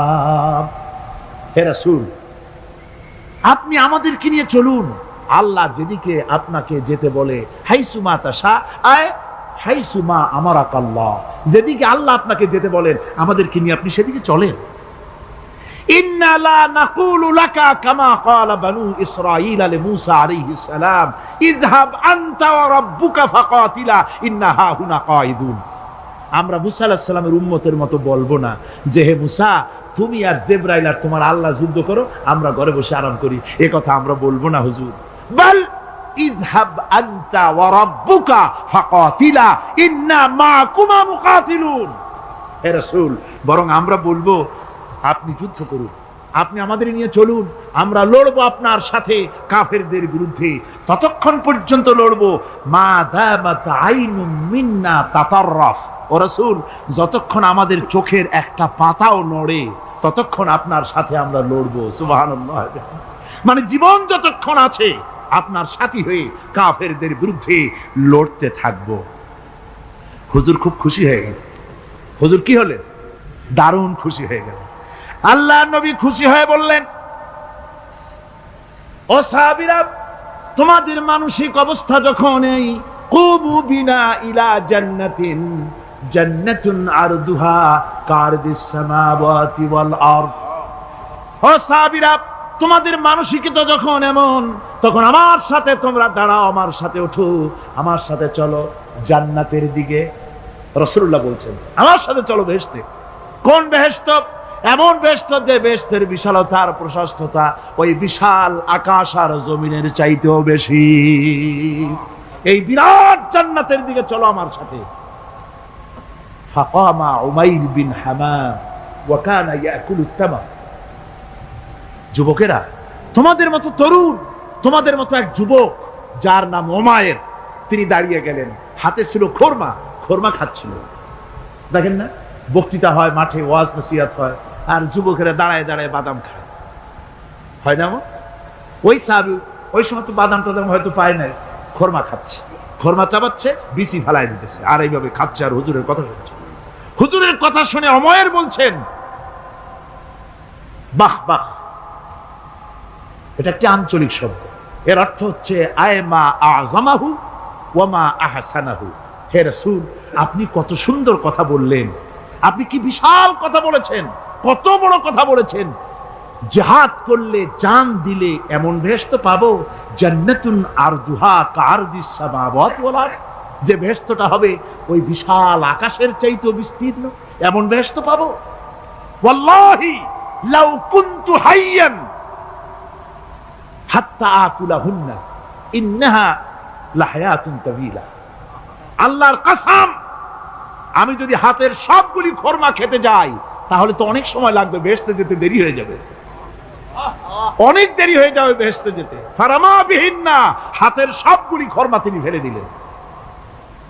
ও যুবকেরা, হযরত ওমর তোমার মতো যুবক খোরমা খাওয়া সহ্য করলেন না আল্লাহর জান্নাতে যাওয়ার লোভে। জান্নাতে যেতে দেরি হয়ে যাবে, আল্লাহর সঙ্গে দিদার করতে দেরি হয়ে যাবে, এই মনে করে হাতের খোরমাগুলি ফালায় দিলেন, জিহাদের ময়দানে ঝাঁপায়ে পড়লেন। হাদিস শরীফে এসেছে, উমাইর জিহাদ করে বেশ কিছু কাফেরদেরকে নিহত করে নিজেও শহীদ হয়ে গেলেন। রাসূলুল্লাহ বদরের শহাদাদের জানাজা করার সময় একজন সাহাবী বলে দিলেন, হুজুর, এই সেই উমাইর, আপনি যখন বেহেশতের কথা বলছিলেন, খোরমাগুলি খাওয়ার তর সহ্য হয় নাই বেহেশতে যাওয়ার জন্য, এই সেই উমাইর। আল্লাহর নবী উমাইরের কাছে দাঁড়ায় আঙ্গুল দিয়ে তার শরীরের দিকে দেখায় বললেন, ইন্নাকা মিন আহলিহা। ও যুবক, যেই বেহেশতের জন্য খোরমা খাওয়ার সময় তুমি পাও নাই, আমি নবী সাক্ষী দিচ্ছি তুমি অবশ্যই সেই বেহেশতের অধিবাসী, ওই বেহেশত তোমার জন্য। সুবহানাল্লাহ। আমার ভাইরা, কিয়ামতের দিন এই জান্নাত আল্লাহ রাব্বুল আলামিন দান করবেন ওই সব লোকদের জন্য যারা জান দিবে, মাল দিবে, রক্ত দিবে আল্লাহর দ্বীনের জন্য। কিসের জন্য? আল্লাহর দ্বীন কায়েমের জন্য। যারা জান মাল ওয়াকফ করে দেবে, জীবনকে উৎসর্গ করে দেবে, তাদের জন্য আল্লাহ পাক এই বিরাট নিয়ামত রেখেছেন। তরুণদের বলতে চাই, যুবকদের বলতে চাই, আর বাতিলের পেছনে ঘুরো না, আর তোমার ওই সব নেতাদের পেছনে ঘুরো না যারা নিজেরাও নামাজ পড়ে না, তোমাকেও নামাজের কথা বলে না। ওরা নিজেরা মিথ্যা কথা কয়, তোমরা টের পাও না? কি বলেন, টের পাওয়া যায় না? মারামারি করে নিজেরা আর বদনাম দেয় অপরের উপরে। চোখের সামনে যারা এরকম পারে, চোখের সামনে যারা এরকম পারে, তাহলে রাত দিন 24 ঘন্টা তাদের আমলটা কেমন? এদের পেছনে ঘুরে কোনো লাভ নাই। কোনো লাভ আছে? হ্যাঁ, একটা লাভ আছে। সেই লাভটা হচ্ছে টাটকা কিছু সুখ পেতে পারো, কিছু মদের টাকা, কিছু হোটেলের টাকা, কিছু পরের মেয়ে নিয়ে ঘোরার টাকা, কিছু ভ্রমণের টাকা, কিছু অস্ত্রপাতি, কিছু ত্রাস সৃষ্টি করা। আর ত্রাস সৃষ্টি করবা, কয়টা অস্ত্রের মালিক হইছো? যুবক, তরুণ, বিপদগামী তরুণদের বলবো, সরকার অননুমোদিত অস্ত্র যাদের কাছে আছে, শুনে রাখো, এই অস্ত্র কাউকে ক্ষমা করে না, এই অস্ত্র কাউকে ক্ষমা করে না। সাপ পোষার মতো, যে সাপ তুমি দুধ কলা দিয়ে পোষো, ওই সাপ তোমাকে আবার দংশন করবে। ওঝা মরে না মরে না? সাপ খেলা যারা দেখায় তারা মরে কিনা? ওই সাপেই তাকে কাটে। সুতরাং গভর্নমেন্ট অনুমোদিত অস্ত্র তোমার কাছে, পাইপ গান, রিভলভার, স্টেন গান, এলএমজি, আদমজি, কত রকমের অস্ত্রপাতি যুবকদের কাছে।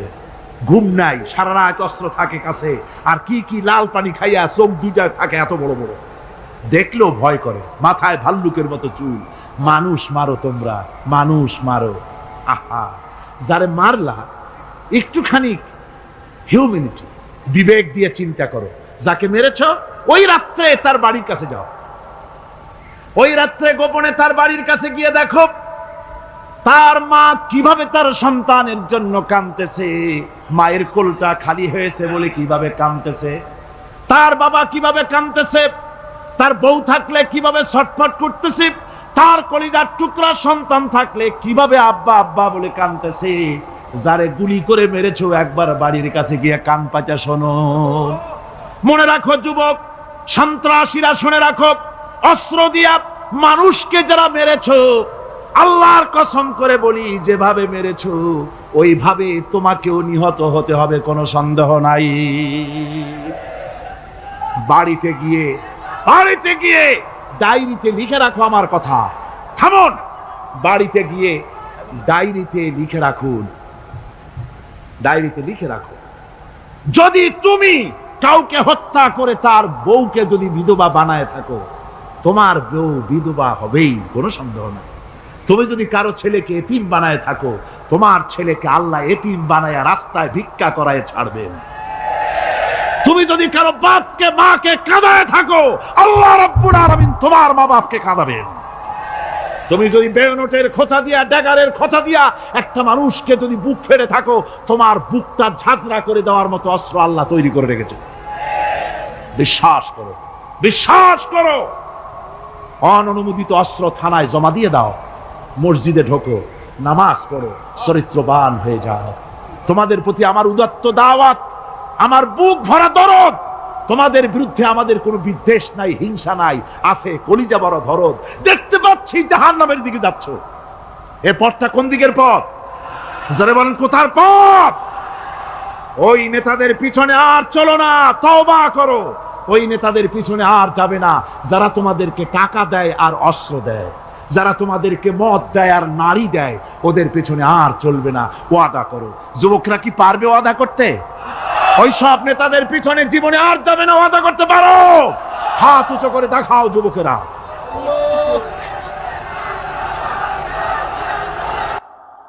আল্লাহ পাক বলেন, আমি নূহ আলাইহিস সালামকে তার কওমের জন্য নবী করে পাঠালাম।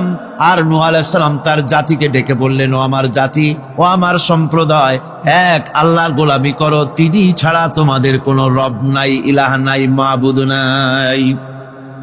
হুদ আলাইহিস সালাম সম্পর্কে আল্লাহ পাক বলছেন, ওয়াইলা আদিন আখাহুম হুদান قال يا قوم اعبدوا الله ما لكم من إله غيره।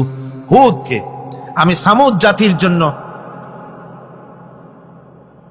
আমি সালেহ আলাইহিস সালামকে তার জাতির জন্য পাঠাইছি, হুদকে তার জাতির জন্য পাঠাইছি, এবং তারা সকলেই বলেছেন, হে আমার জাতি, এক আল্লাহর গোলামি করো, এক আল্লাহর দাসত্ব করো, আর কারো গোলামি করা যাবে না। আল্লাহ পাক এরপরে বলেন, শুধু নূহ, শুধু হুদ, শুধু সালেহ আর শুআয়ব নয়, শুধু মুসা আর ঈসা নয়, ওয়ালাকাদ বাআসনা ফি কুল্লি উম্মাতির রাসূলা আন ইবুদুল্লাহা ওয়াজতানিবুত তাগুত। আমি প্রত্যেক জাতির জন্যই রাসূল প্রেরণ করেছি এবং সকলেই দাওয়াত দিয়েছেন, আন ইবুদুল্লাহ ওয়াজতানিবুত তাগুত, এক আল্লাহর গোলামি করো, এক আল্লাহর আনুগত্য করো, আর তাগুতকে বর্জন করো। তাগুত হচ্ছে সেই শক্তি যে শক্তি শুধু নিজেই আল্লাহর আইন অমান্য করে না, অন্যদেরকেও অমান্য করতে বাধ্য করে। তাকে কি বলা হয়? কোরআনে কারীম বলছি, ওয়ামা আরসালনা মিন ক্বাবলিকা মির রাসূলিন ইল্লা নূহি ইলাইহি আন্নাহু লা ইলাহা ইল্লা আনা ফা'বুদুন। আল্লাহ পাক বলছেন, হে নবী, তোমার পূর্বে এই পৃথিবীতে আমি যাদেরকে পাঠিয়েছি তাদের সকলের প্রতি আমি এই ওহী অবতীর্ণ করেছিলাম যে তারা তার জাতিকে বলবে, লা ইলাহা ইল্লা, লা ইলাহা ইল্লা আনা, আমি ছাড়া কোনো ইলাহ নাই, অর্থাৎ আল্লাহ ছাড়া কোনো ইলাহ নাই। এই কথাটা নবীরা সকল জাতির কাছে তারা বলবে, এই বলে ওহী নাজিল করেছে, এবং তারা বলবে একমাত্র আল্লাহ পাকের গোলামি, তার আনুগত্য জীবনের সকল ক্ষেত্রে করতে হবে, তিনি ছাড়া কোনো ইলাহ নাই, এটাকে বিশ্বাস করতে হবে। মেরাজ উপলক্ষে আল্লাহ পাক রাসূল করিম সাল্লাল্লাহু আলাইহি ওয়াসাল্লামকে যে পেগাম দিয়েছিলেন, যে হাদিয়া দিয়েছিলেন, যে 14টি পেগাম ছিল, তার মধ্যে প্রথম পেগাম যেটা ছিল সেটা ছিল কি? وَقَضَى رَبُّكَ أَلَّا تَعْبُدُوا إِلَّا إِيَّاهُ وَبِالْوَالِدَيْنِ إِحْسَانًا। তোমার রবের পক্ষ থেকে এটা চূড়ান্ত রূপে ফয়সালা হয়ে গিয়েছে, চূড়ান্ত ফয়সালা হয়ে গিয়েছে যে দাসত্ব, গোলামি, আনুগত্য করতে হবে কেবলমাত্র আল্লাহ সুবহানাহু ওয়া তাআলা। আল্লাহ পাকের গোলামি ছাড়া কারো গোলামি করা যাবে না। এখন এই গোলামিটা কি জিনিস, আসুন আমরা ব্যাখ্যা করে আলোচনা করে বুঝতে চেষ্টা করি গোলামিটা কি। এটি হচ্ছে, এটা মানুষের একটা স্বভাবজাত প্রবৃত্তি। মানুষের সামনে মানুষ কারো না কারো আনুগত্য করতে চায়, এটা তার রুহের মধ্যে, তার রক্তের মধ্যে, তার দেহের মধ্যে এটা মিশ্রিত রয়েছে। যেমন মানুষ ক্ষুধা লাগলে ক্ষুধা নিবৃত্ত করার জন্য আহারের আশ্রয় গ্রহণ করে, ঠান্ডা লাগলে শীত বস্ত্রের আশ্রয় নেয়, ক্ষুধা লাগলে খাদ্যের আশ্রয় নেয়, গরম লাগলে বৃষ্টি হলে ঘরের মধ্যে আশ্রয় নেয়, মনের ভাষা ব্যক্ত করার জন্যে, মনের কথা ভাবের আদান প্রদান করার জন্য ভাষার আশ্রয় গ্রহণ করে। ঠিক এগুলি যেমন তার সহজাত প্রবৃত্তি, ঠিক অনুরূপ ভাবে উপাসনার প্রেরণা তার মধ্যে স্বাভাবিকভাবেই উপাসনার প্রেরণা তার মধ্যে ঢুকিয়ে দেওয়া রয়েছে। কারো না কারো সামনে তার মাথা নত করা এটি একটি স্বাভাবিক প্রেরণা। ইবাদতের ধারণা প্রকৃতপক্ষে এটি একটি ব্যাপক ধারণা। এর প্রথমে এটাকে দুই ভাগে ভাগ করা যায়, একটা হচ্ছে বন্দিগি এবং আনুগত্য, আর একটা হচ্ছে পূজা বা অর্চনা। বন্দিগি এবং আনুগত্যের ব্যাপারটা হচ্ছে যে উচ্চতর কোন একটি সত্তার সামনে মাথা নত করে দেওয়া, যেটাকে আরবিতে বলা হয় ইজহারে তাজাল্লুল, নিজেকে ছোট করা, নিজেকে ছোট করা। এই নিজেকে ছোট করাটা এটা কিন্তু আল্লাহ পাক ছাড়া কারো সামনে মাথা নত করা, কথা বুঝেন না নাকি? আল্লাহ ছাড়া কারো সামনে মাথা নত করা যাবে না। আমি যখন পার্লামেন্টে ঢুকলাম সর্বপ্রথম, জীবনে তো আর যাই নাই কোনোদিন, ঢুকলাম, ঢুকে দেখি অধিকাংশ লোক ঢুকছেন রুকুর হালতে আর বেরোচ্ছে না রুকুর হালতে। কারণটা কি আমি বুঝলাম না, বিষয়টা কি, এরকম করে কেন? পরে একজনকে জিজ্ঞেস করলাম যে বিষয়টা কি। তারা বললেন যেভাবে রুলস অফ প্রসিডিওর এটা লেখা আছে, এরকম করে মাথা নিচু করে ঢুকতে হয়। কোথায় আছে? আমি রুলস অফ প্রসিডিওর নিলাম, দেখলাম তার ভিতরে সত্যি সত্যি লেখা আছে, article number 263 rules of procedure, যে বই দিয়ে, যে বিধান দিয়ে সংসদ চলে, এর ভিতরে পরিষ্কারভাবে লেখা রয়েছে সংসদ সদস্যগণ এই হাউসের ভিতরে প্রবেশ করাকালীন এবং বহির্গমনকালীন স্পিকারকে সম্মান জানাবার জন্য মাথা নিচু করে ঢুকবেন আর বেরোবেন। আমি বিষয়টা জেনে নিলাম, এবং কথা, পার্লামেন্ট এমন একটা জায়গা যেখানে কথা বলতে চাইলেই বলা যায় না। অনেকে মনে করে তাদের এমপিরা খালি বসে থাকে, কথা কয় না কেন? আর কথা বলতে জানা লাগবে, বিধি জানতে হবে। ওখানে দাঁড়ালেই জিজ্ঞেস করে কোন বিধিতে কথা বলবে, এবং বিধি যদি জানা না থাকে তাহলে হাম্মুকের মতো খাড়ায় থাকতে হবে। আমি বিধি জানতে চেষ্টা করলাম। পরের দিন, 3 দিনের দিন আমি সব গোছায় টোছায় নিয়ে উপস্থিত হলাম, সংবিধান পড়লাম, রুলস অফ প্রসিডিওর পড়লাম, এরপরে আমি ফ্লোর নিলাম। ফ্লোর নিয়ে আমি সেখানে স্পিকার সাহেবকে বললাম, মাননীয় স্পিকার, আমি এই হাউসের ভিতরে দেখতে পেলাম একটি জিনিস যেটি রুলস অফ প্রসিডিওরে লেখা আছে, আর রুলস অফ প্রসিডিওরে যেটা লেখা সেটা আবার সংবিধানের সঙ্গে কন্ট্রাডিক্টরি একটা ব্যাপার। সংবিধানে বলা হয়েছে আল্লাহর উপরে ঈমান এবং আস্থাই হবে গোটা জাতির লক্ষ্য। তো যেখানে আল্লাহর উপরে ঈমান এবং আস্থার কথা বলা হয়েছে, সেইখানে আল্লাহর নির্দেশের খেলাপ করা হচ্ছে। মাথা নত করে আপনাকে সম্মান জানাবার জন্য যে প্রসেস, যে সিস্টেম, যে কাস্টমস, যে ট্র্যাডিশন তৈরি করা হয়েছে তা সম্পূর্ণ ইসলাম বিরোধী, এটি সম্পূর্ণ শিরক। যেহেতু মানুষ আল্লাহ ছাড়া সম্মান দেখাবার উদ্দেশ্যে আর কারো সামনে মাথা নত করতে পারবে না।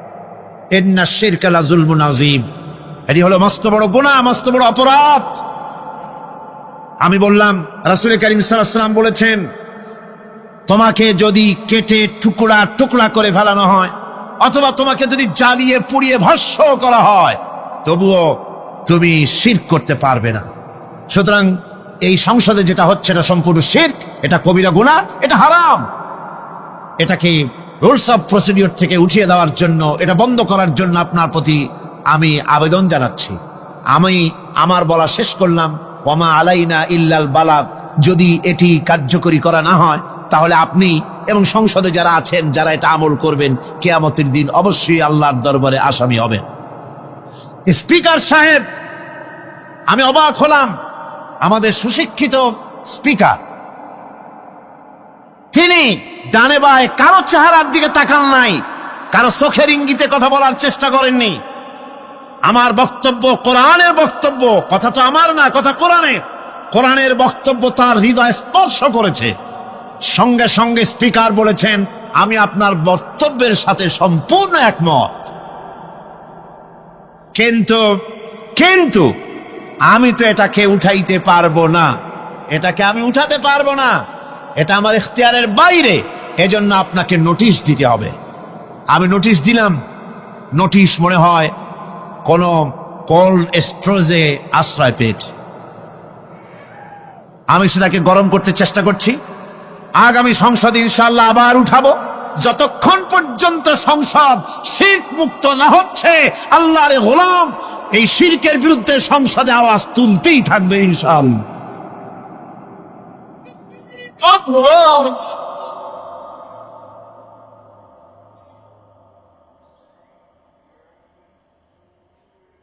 সুতরাং আজ ইজহারে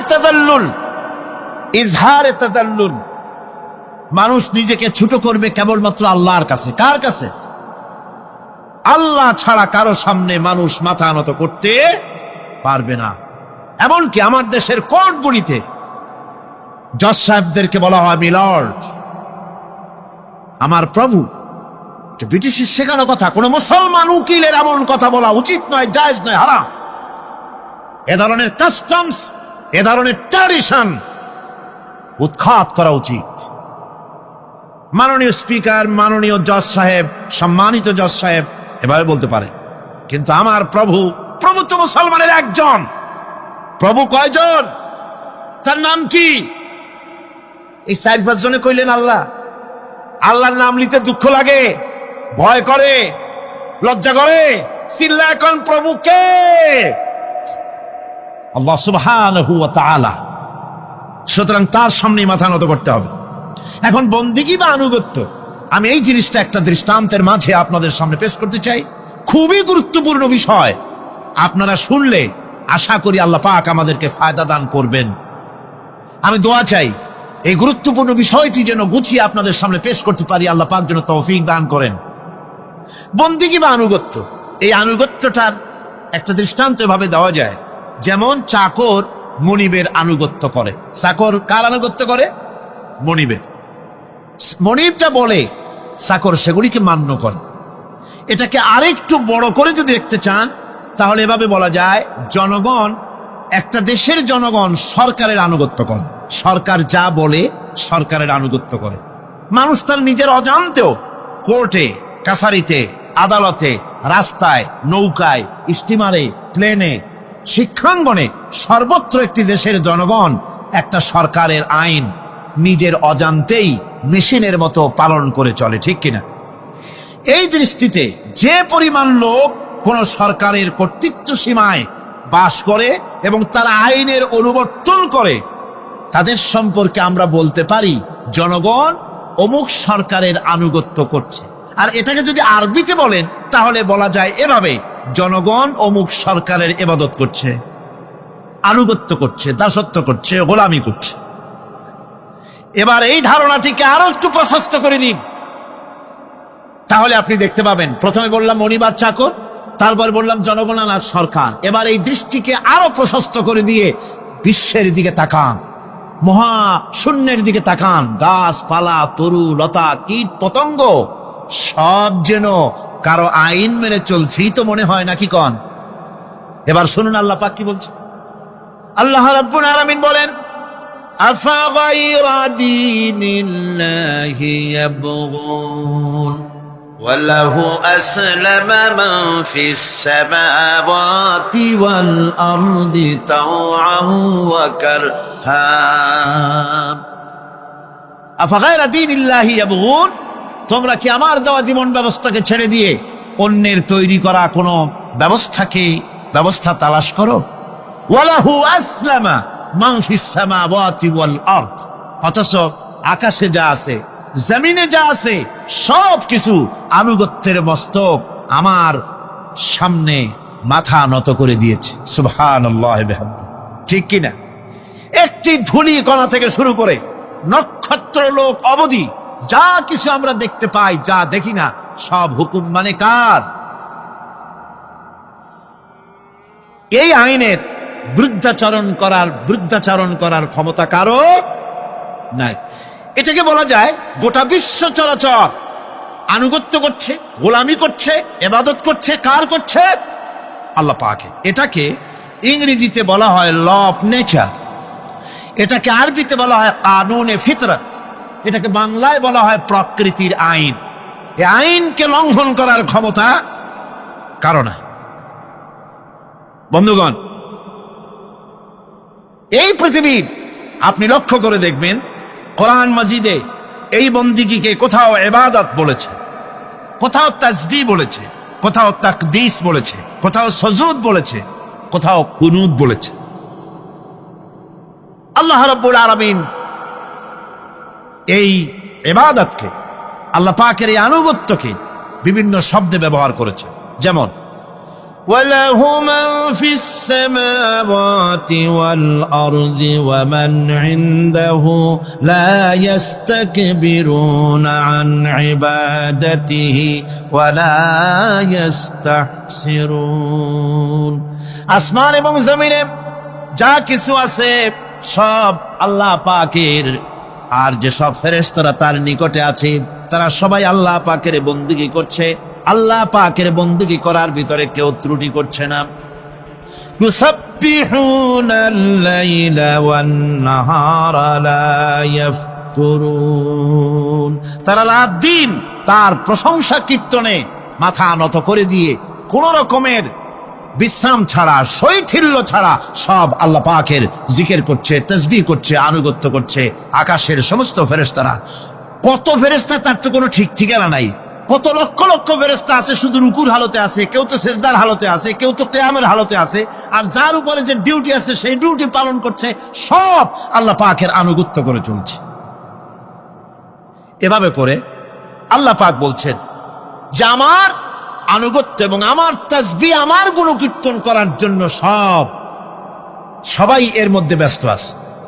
ইউসাব্বিহু লিল্লাহি মা ফিস সামাওয়াতি ওয়া মা ফিল আরদ আল মালিকিল কুদ্দুসিল আজিজিল হাকীম। ইউসাব্বিহু লিল্লাহি, তাসবিহ পড়ছে, সাব্বাহা ইউসাব্বিহু তাসবিহান, তাসবিহ পড়েছে, তাসবিহ পড়ছে, তাসবিহ পড়বে। কিয়ামত পর্যন্ত যা কিছু আছে আকাশে, যা কিছু আছে জমিনে, যা কিছু আছে এর মাঝখানে, সব তাসবিহ পড়ছে কার? আল্লাহ পাকের জিকির করছে, তাসবিহ করছে। হযরত ইউনূস আলাইহিস সালাম মাছের পেটে যখন ঢুকে পড়েছিলেন, যখন নিজের জীবন সম্পর্কে হতাশ হয়ে গিয়েছিলেন, তখন তিনি শুনতে পাচ্ছিলেন চতুর্দিকে যে সমস্ত জলচর প্রাণী আছে, হাত্তাকে সমুদ্রের তলদেশের, দরিয়ার তলদেশের বালুকণা, পাথরের নুড়ি, শৈবাল, সব কিছু থেকে আল্লাহ পাকের জিকির হচ্ছে। ভিতর থেকে আওয়াজ আসতেছে, আল্লাহ আল্লাহ আল্লাহ আল্লাহ আল্লাহ আল্লাহ আল্লাহ আল্লাহ আল্লাহ, জোরে বলেন আল্লাহ আল্লাহ আল্লাহ আল্লাহ আল্লাহ আল্লাহ আল্লাহ। হযরত ইউনূস আলাইহিস সালাম তখন বললেন, লা ইলাহা ইল্লা আনতা সুবহানাকা ইন্নী কুনতু মিনাজ জালিমিন। পড়েন সবাই, লা ইলাহা ইল্লা আনতা সুবহানাকা ইন্নী কুনতু মিনাজ জালিমিন। লা ইলাহা ইল্লা আনতা, তুমি ছাড়া কোনো ইলাহা নাই। আমি তোমার প্রশংসা করছি, আমি তোমার পবিত্রতা ঘোষণা করছি। আমি নিজের উপরে জুলম করেছি। গাছপালা তরুলতা সব তাসবিহ পড়ছে, জিকির করছে কার? আল্লাহ পাক। এই জন্য রাসূল কারীম সাল্লাল্লাহু আলাইহি ওয়াসাল্লাম বলেছেন, গাছের পাতাটিও ছিল না, প্রয়োজন হলে গাছটা কেটে ফেলো, কিন্তু বিনা প্রয়োজনে গাছের পাতাও ছিল না, কারণ গাছের পাতা আল্লাহ পাকের জিকির করছে। কার জিকির করে? গাছপালা তরুলতা কীট পতঙ্গ সব আল্লাহ পাকের তাসবিহ করছে, জিকির করছে। কোরআনে কারীম বলছে, ওয়ালিল্লাহি মুলকুস সামাওয়াতি ওয়াল আরদি ওয়া ইলাল্লাহিল মাসির। আকাশ মণ্ডল এবং জমিনের বাদশাহী আল্লাহ পাকের, এবং তারই কাছে আমাদের সকলকে ফিরে যেতে হবে। মালিক হচ্ছেন তিনি, আর তার তাসবিহ আকাশ জমিন যা দেখতে পাই যা দেখতে পাই না, এর মধ্যস্থিত যা কিছু আছে সব কিছুই আল্লাহ পাকের তাসবিহ গুণকীর্তনে সব নিরত আছে। অন্য আয়াতে আল্লাহ পাক বলেন, ওয়ালাহু মান ফিস সামাওয়াতি ওয়াল আরদি কুল্লুন লাহু কানিতুন। আসমান এবং জমিনে যা আছে তা সবই আল্লাহর নির্দেশের সামনে মাথা নত করে দিয়েছে। শুধু তাই নয়, আশ-শামসু ওয়াল কমারু বিহুসবানিন ওয়ান নাজমু ওয়াশ-শাজারু ইয়াসজুদান। সূর্য এবং চন্দ্র হিসাব অনুযায়ী আবর্তিত হচ্ছে, এবং বৃক্ষ এবং নক্ষত্ররাজি সেজদায় রত হয়ে আছে। সব আল্লাহ পাকের সামনে মাথা নত করে দিয়েছে। এই ইবাদত, তাসবিহ, আজ্ঞা অনুবর্তিতা, নিয়মানুবর্তিতা, সচেতনতা, সকল কিছু সকলেই মিলে আল্লাহ পাকের একটি ধূলিকণা থেকে শুরু করে পাহাড় পর্বত পর্যন্ত সব আল্লাহর নিয়ম কানুন মেনেই চলছে। আপনি দেখতে পাচ্ছেন সমুদ্রে যে জোয়ার এবং ভাটা হয়, কার নির্দেশে হয়? তার নির্দেশে হয়। আরো লক্ষ্য করুন, সমুদ্রের পানি লবণাক্ত। এই নোনা পানি, সমুদ্রের নোনা পানিগুলি পদ্মা, মেঘনা, যমুনা, ব্রহ্মপুত্র, শীতলক্ষা, সুরমা, এসব মিষ্টি পানির ভিতরে জোয়ারের টানে লবণাক্ত পানিগুলি ঢুকে যায়। আবার ভাটির টানে মিষ্টি এলাকার পানিগুলি সব গিয়ে সমুদ্রের মধ্যে নোনা পানির মধ্যে চলে যায়। মাঝখানে কোনো পার্টিশন নাই, মাঝখানে কোনো হেজাব নাই, কোনো বেড়া নাই, বাদ নাই। অথচ নোনা পানি মিষ্টি পানির ভিতরে গিয়ে মিষ্টি পানিরে নোনা বানায় না, নোনা পানি মিষ্টি এলাকায় গিয়ে মিষ্টি পানিরে নোনা বানাইতে পারে না। এই যে আল্লাহ পাকের হুকুম মেনে সব চলতেছে, জোয়ার ভাটাগুলি হতেছে, রাত আর দিন চলতেছে। রাত 12টার সময় সূর্য এসে বলে না, রাত সর, আমি এখন দিন বানায় ভালাবো। বেলা 12টার সময় রাতের আগমন ঘটতে পারে না। লাশ-শামসু ইয়ামবাগি লাহা আন তুদরিকাল কমারা ওয়ালাল লাইলু সাবিকুন নাহার ওয়া কুল্লুন ফি ফালাকি ইয়াসবাহুন। সূর্য চাঁদকে অতিক্রম করতে পারে না, চাঁদ সূর্যকে অতিক্রম করতে পারে না। কারোর সঙ্গে কারো বাধা হয় না, টক্কর লাগে না। সব আল্লাহ পাকের হুকুম মেনে ইলা আজালিন মুসাম্মা, নির্ধারিত সময় পর্যন্ত সবাই যাতায়াত করবে। শুধু তাই নয়, আল্লাহ পাকের এক বিরাট সিস্টেম, এক বিরাট কুদরতের মাধ্যমে গোটা পৃথিবী চলছে। এর কোনো পরিবর্তন হবে না। নারকেল গাছে কোনোদিন বেল হবে না, বেল গাছে কোনোদিন তাল হবে না, কাঁঠাল গাছে কোনোদিন খেজুর হবে না, আবার খেজুর গাছে কোনোদিন লিচু হবে না। হবে নাকি? ওয়ালান তাজিদা লিসুন্নাতিল্লাহি তাবদীলা। আমার প্রকৃতির আইনের মধ্যে, আমার লব নেচারের ভেতরে কোনো পরিবর্তন হবে না, সবগুলি আমার আইন মানতে হবে। এখন হতে পারে এমন যে ব্যক্তি আল্লাহরে মানে না, ব্যক্তি বোঝেন না নাকি বোঝেন না, একটা মানুষ আল্লাহরে মানে না, ও না মানতে পারে যে জিব্বাটে দিয়া বলে দেয়ার ইজ নো গড, স্রষ্টা বলতে কেউ নাই, যে জিব্বাটে দিয়া বলে সে জিব্বা হুকুম মানে কার? আল্লাহ পাকের হুকুম মানে। কিরকম? জিব্বার উপরে যদি তিতা রাখিয়া আপনি বলেন তিতা থুইছি তাতে কি হয়েছে, খবরদার তিতার টেস্ট নিবি না, তিতা টক এই টেস্ট নিতে পারবি না, আপনার কথা জিব্বা শুনবে? শুনবে না। ওর উপরে যে নির্দেশটা আছে সেই নির্দেশ অনুযায়ী সে কাজ করবে। টয়লেটে গিয়ে আপনি না কেড়ে কবেন যে খবরদার, আমি একটা বিরাট অফিসার, অনেক টাকা পয়সার মালিক, অথবা বিরাট একটা মন্ত্রী টন্ত্রী কিছু একটা, সবাই আমার হুকুম মানে, তোকেও মানতে হবে, খবরদার দুর্গন্ধ যেন নাকের মধ্যে না ঢোকে, নাক আমি চাবি ধরতে পারবো না। শুনবে না কে? শুনবে না। নাক হোক, কান হোক, চোখ হোক, মুখ হোক, প্রত্যেকটা অঙ্গ প্রত্যঙ্গ, এগুলি সব হুকুম মানে কার? হতে পারে ব্যক্তি আল্লাহরে অস্বীকার করে বসলো, আল্লাহকে বলল যে আল্লাহ নাই, সব এমনি এমনি হয়, এর কপাল পড়ার লক্ষণ। কিসের লক্ষণ? কপাল পড়ার লক্ষণ। সব বোঝে, একটা মাইক দেখলে কয় যে না কেউ এটারে বানাইছে। এই যে একটা ভিডিও ক্যামেরা, এটারে কেউ দেখলে বলবে যে কয়েকজন আলেমে মিলে ফু দিছে আর অমনি একটা মাইক হয়ে কি বল ক্যামেরা হয়ে গেছে, বলবে কেউ? কোনো পাগলেও কবে? এই প্যান্ডেলটা দেখে কি মনে হবে? 4-5 জন পিসা বাইসিয়া কোচার কোণে দাঁড়াইয়া ফু দিছে, সাথে সাথে প্যান্ডেল হয়ে গেছে। এটা কোথাও একটা ছোট্ট টেবিল, একটা চায়ের কাপ দেখলে বলে মানুষ বলে নিশ্চয়ই এটা কেউ বানাইছে। আজীব, এত বড় বিশাল আকাশ, এত সুন্দর জমিন, এত সুন্দর দেহ, এই মানুষ, গাছপালা, তরুলতা, কীট পতঙ্গ, পাহাড়, নদ নদী, এ সব কিছু দেখে কেবলমাত্র কপাল পোড়াই বলতে পারে যে কেউ নাই, এমনি এমনি হয়েছে। আজীব তামাশা। এমনি এমনি একটা চাউল তৈরি হয় না, একটা ডিম তৈরি হয় না, এমনি এমনি পৃথিবীটা হয়ে গেল। সবগুলির পেছনেই আল্লাহ পাক আছেন, তিনি সৃষ্টি করেছেন। এখন উপাস্যের প্রতি এই সৃষ্টি মানুষের দৃষ্টি আকর্ষণ করে।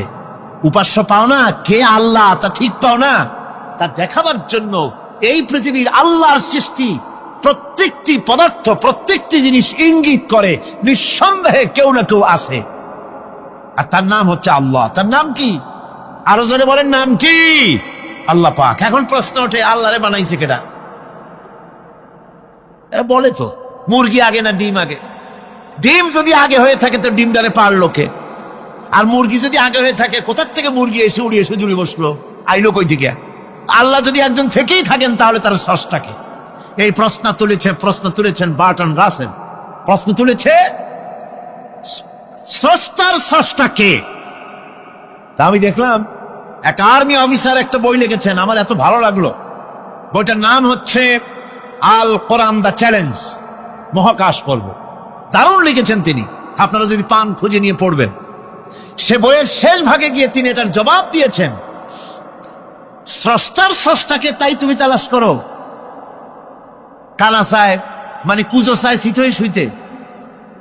একটা লবণ কণার দৃষ্টান্ত তিনি দিয়েছেন। একটা লবণ কণা, একটি লবণ কণার ভিতরে যতগুলি মলিকুল থাকে, একটা লবণ কণার ভিতরে যতগুলি ক্যালাস থাকে, একটা লবণ কণার ভিতরে যতগুলি উপকরণ আর উপাদান থাকে, অর্থাৎ একটা লবণ কণা যত উপকরণ, যত উপাদান ধারণ করে, তার ধারণ ক্ষমতা যতখানি, এতখানি জিনিস ধারণ করতে 1000 বার্টন রাসেলের মগজের দরকার।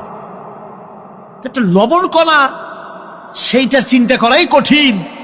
আর এত বড় মহাবিশ্ব যিনি সৃষ্টি করেছেন তার স্রষ্টাকে তালাশ করতে চাও, এটা কি স্বাভাবিক কথা? এটা পাগলের প্রশ্ন হতে পারে, এটা পাগলের প্রশ্ন হতে পারে।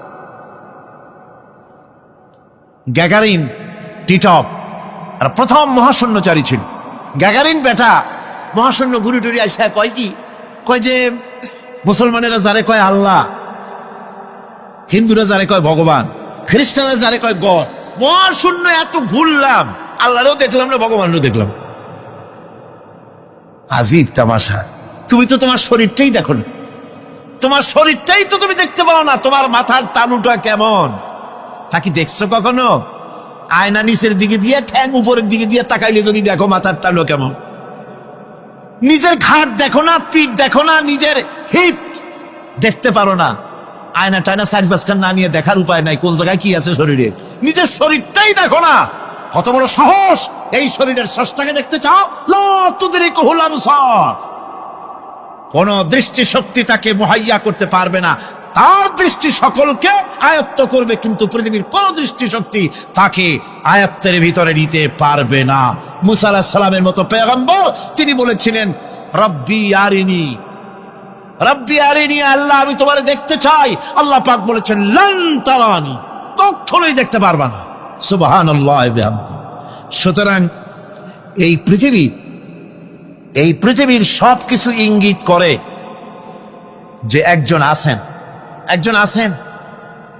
এই ফুলের সৌন্দর্য যিনি দিলেন, ফুল দেখা যায়, সৌন্দর্য দেখা যায়, কিন্তু গন্ধ দেখা যায় না। এই পানির মিষ্টতা, মিষ্টি পানি, ফুলের গন্ধ, জোনাকি পোকার আলো, এই যে সুন্দর সুন্দর জিনিস দিয়ে আল্লাহ পাক এই বিশ্বকে সজ্জিত করেছেন, এ সব কিছুই ইঙ্গিত করে নিঃসন্দেহে একজন আছেন। আর যিনি আছেন তার নাম হচ্ছে কি? আল্লাহ। জোরে বলেন তিনি কে? আল্লাহ। এখন এই স্রষ্টাকে চিনতে মানুষের বড্ড হয়রানি স্রষ্টাকে চেনার জন্য। এই স্রষ্টাকে খোঁজার জন্য, চেনার জন্য মানুষ শক্তি পূজা আরম্ভ করলো। ওই যে আমি আগে বলেছি, মানুষের মধ্যে একটা স্বাভাবিক প্রেরণা এই কারো না কারোর সামনে মাথা নত করে দেবে। সেজন্য মানুষ, কেউ তো আগুনকে পূজা করলো, আগুনের ভিতরে শক্তি আছে বলে আগুনের সামনে মাথা নত করে দিল, পাহাড়ের সামনে মাথা নত করে দিল, মূর্তি বানাইয়া মূর্তির সামনে মাথা নত করলো, কাঠের মূর্তি, মাটির মূর্তি বানাইয়া তার সামনে মাথা নত করে দিল। এগুলির সামনে যদি তুমি মাথা নত করলে, এগুলি কি মাছির মতো একটা ছোট্ট প্রাণীও বানাতে পারবে? এ চ্যালেঞ্জ কার? আল্লাহ পাকের। কোরআন শরীফে আল্লাহ পাক বলেছেন, নবী ওদের বলেন, ওরা কি মাছির মতো ছোট্ট একটা প্রাণী বানাতে পারবে? পারবে না। এমনকি ওদের সামনে যে খাদ্যগুলি রাখা হয়, মূর্তি টুর্তি বানায় সামনে যে খাদ্য রাখা হয়, এই খাদ্যের উপরে যদি মাছি পড়ে, খাবারগুলি উড়াই নিয়ে যায়। অথবা ওদের নাকের উপর এসে যদি মাছি এসে পড়ে, এই মাছিটাকে এতগুলো হাত সাথে একটা টোকা দিয়ে একটা মাছিকে উড়াই দিতে পারবে না। পারবে না। সুতরাং বুঝতে হবে, একথা বুঝতে হবে, স্রষ্টাকে তালাশ করতে গিয়ে মানুষেরা আগুনের পূজা করলো, পাথরের পূজা করলো, গাছের পূজা করলো, মাছের পূজা করলো, সাপের পূজা করলো, বাঘের পূজা করলো, শেষ পর্যন্ত সেক্সুয়াল অর্গান, এটার বাংলা করলাম না, এটারও পূজা করলো। এটাকে একটা শক্তির প্রতীক মনে করে এটার সামনেও মাথা নত করলো। বন্ধুগণ, মাটির পূজা করলো, জমিনকে নিজের মা মনে করে এটার পূজা করলো। অথচ আল্লাহ পাক পরিষ্কার করে বলে দিয়েছেন, লা ইলাহা ইল্লা আনা ফা'বুদুন, আমি ছাড়া কোনো ইলাহ নাই, আল্লাহ ছাড়া কোনো ইলাহ নাই। কোরআনে কারীম বলছে, ইন্নাল্লাযীনা তাদউনা মিন দুনিল্লাহি ইবাদুন আমসালুকুম। আল্লাহ পাক বলেন, আমাকে বাদ দিয়ে তোমরা যার সামনে মাথা নত করো, যার সামনে পূজা করো, অর্চনা করো, বন্দিগি করো, ওটা তোমার মতো আমার আরেকটি গোলাম। তুমি যেমন আমার গোলাম, ওটাও আমারই গোলাম। একটু জোরে সোরে জিকির করেন, লা ইলাহা ইল্লাল্লাহ, লা ইলাহা ইল্লাল্লাহ, লা ইলাহা ইল্লাল্লাহ, লা ইলাহা ইল্লাল্লাহ, লা ইলাহা ইল্লাল্লাহ, লা ইলাহা ইল্লাল্লাহু মুহাম্মাদুর রাসূলুল্লাহ। সুতরাং বোঝা যাচ্ছে আল্লাহ হচ্ছেন এক এবং একক। এই আল্লাহ সুবহানাহু ওয়া তাআলা তিনি বলছেন, আমাকে বাদ দিয়ে যার সামনে মাথা নত করো ওরা আমার গোলাম। সূর্য কার গোলাম? চন্দ্র কার গোলাম? সাপ বলেন, বাঘ বলেন, আগুন বলেন, সব কার গোলাম? এগুলি সব কার কথা শোনে? আগুন যতই পূজা করেন, আগুনের মধ্যে আপনি পড়লে আগুন কি ছাড়বে? ছাড়বে না। তবে হ্যাঁ, আগুনের মালিক যদি বলে তাহলে ছেড়ে দিবে, ঠিক কিনা? ইব্রাহিম আলাইহিস সালামকে আগুনের ভিতরে যখন ফেলে দেওয়া হচ্ছে, ফেরেশতা বলতেছিল আমার কাছে সাহায্য চাও, আগুন থেকে বাঁচায় দেই। হযরত ইব্রাহিম বলেছিলেন, আমার তো পরীক্ষা হতেছে, ইমতিহান হতেছে, আমাকে ডিস্টার্ব করো না, আমি তোমার কাছে কেন সাহায্য চাইবো? আমি আগুনে পুড়লে পরে আমার মাবুদ, আমার খোদা, আমার আল্লাহ তিনি যদি খুশি হন, তাহলে আমার এমন আল্লাহকে খুশি করার জন্য 1000 বার পড়তে রাজি আছি। তোমার কাছে কেন সাহায্য চাইবো? আমি তো অন্ধ, আল্লাহর ইবাদত করি না, যিনি আমার দুঃখ দুর্দশা নিজের চোখে না দেখেন। আগুনের মধ্যে পড়ে গেলেন। আল্লাহ পাক আগুনকে অর্ডার করে দিলেন, ইয়া নারু কুনি বারদাও ওয়া সালামান আলা ইব্রাহিম। আগুন, আমার ইব্রাহিমের জন্য ঠান্ডা হয়ে যা, শান্তিদায়ক ঠান্ডা হয়ে যা।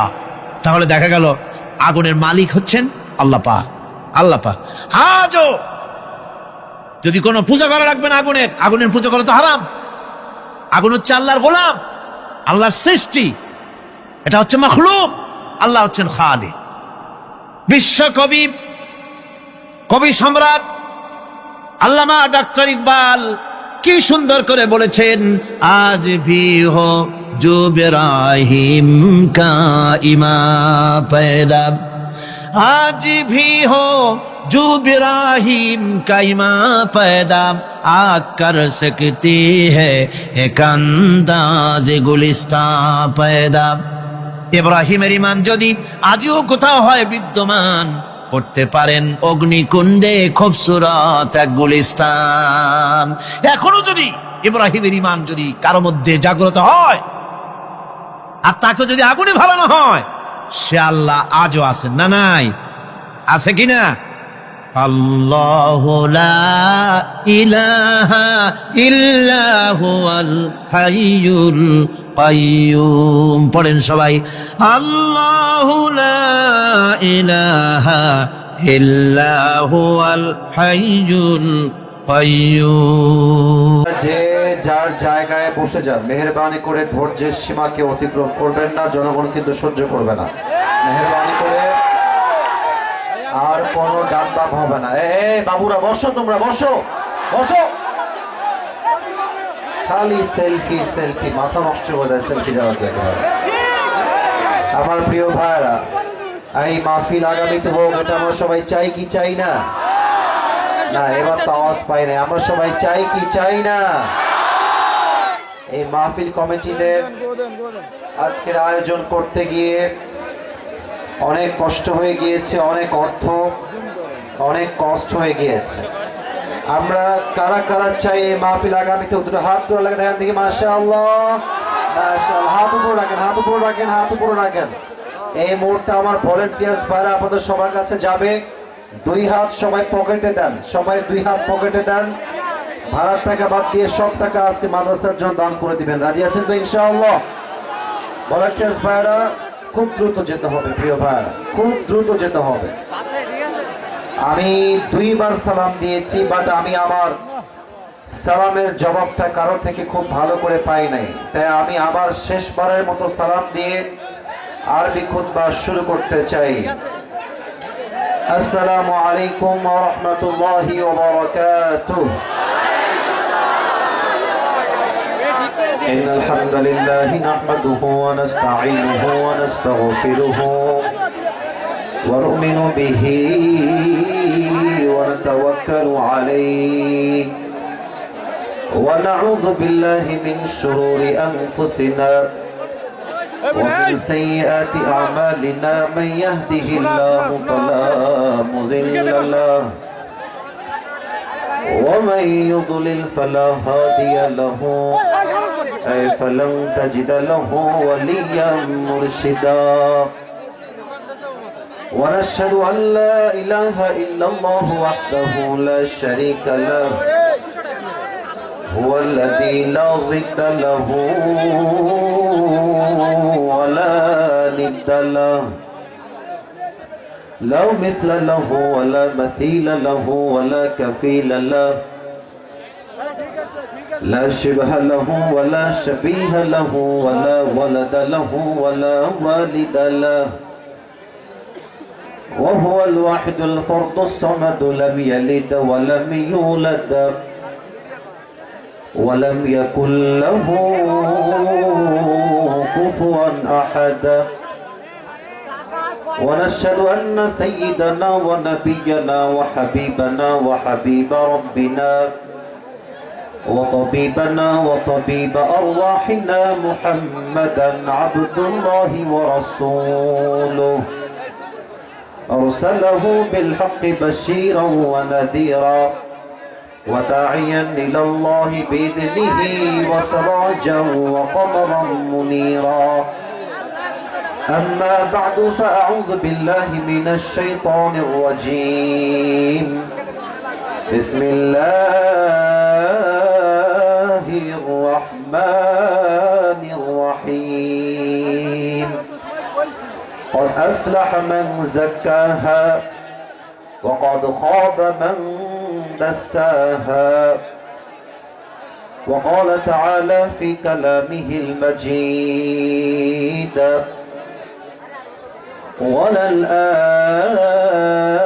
وللآخرة خير لك من الأولى وقال تعالى في كلامه المجيد وقضى ربك ألا تعبدوا إلا إياه وبالوالدين إحسانا إما يبلغن عندك الكبر أحدهما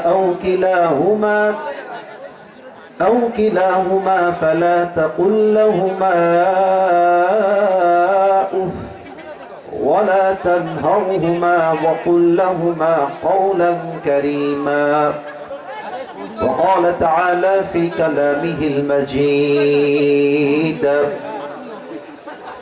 الذين إن مكناهم في الأرض أقاموا الصلاة وآتوا الزكاة وأمروا بالمعروف ونهوا عن المنكر ولله عاقبة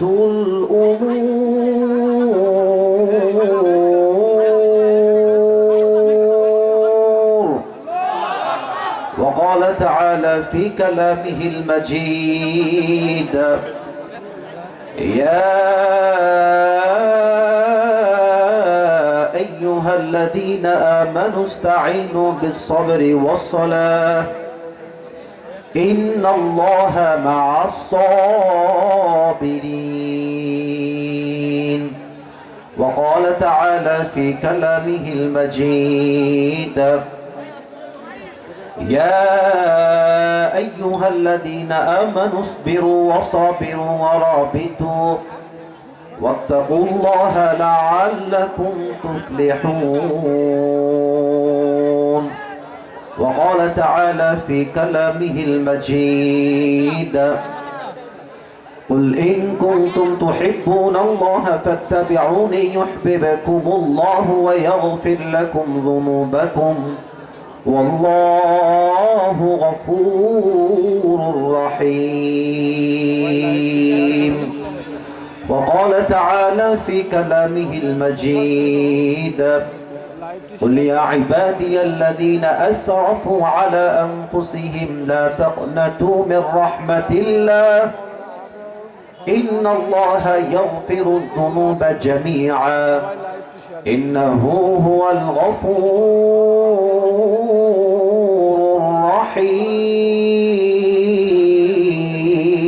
الرحيم وقال رسول الله صلى الله عليه وسلم بلغوا عني ولو آية وقال رسول الله صلى الله عليه وسلم أول ما يحاسب به العبد يوم القيامة الصلاة أو كما قال عليه الصلاة والسلام إن الله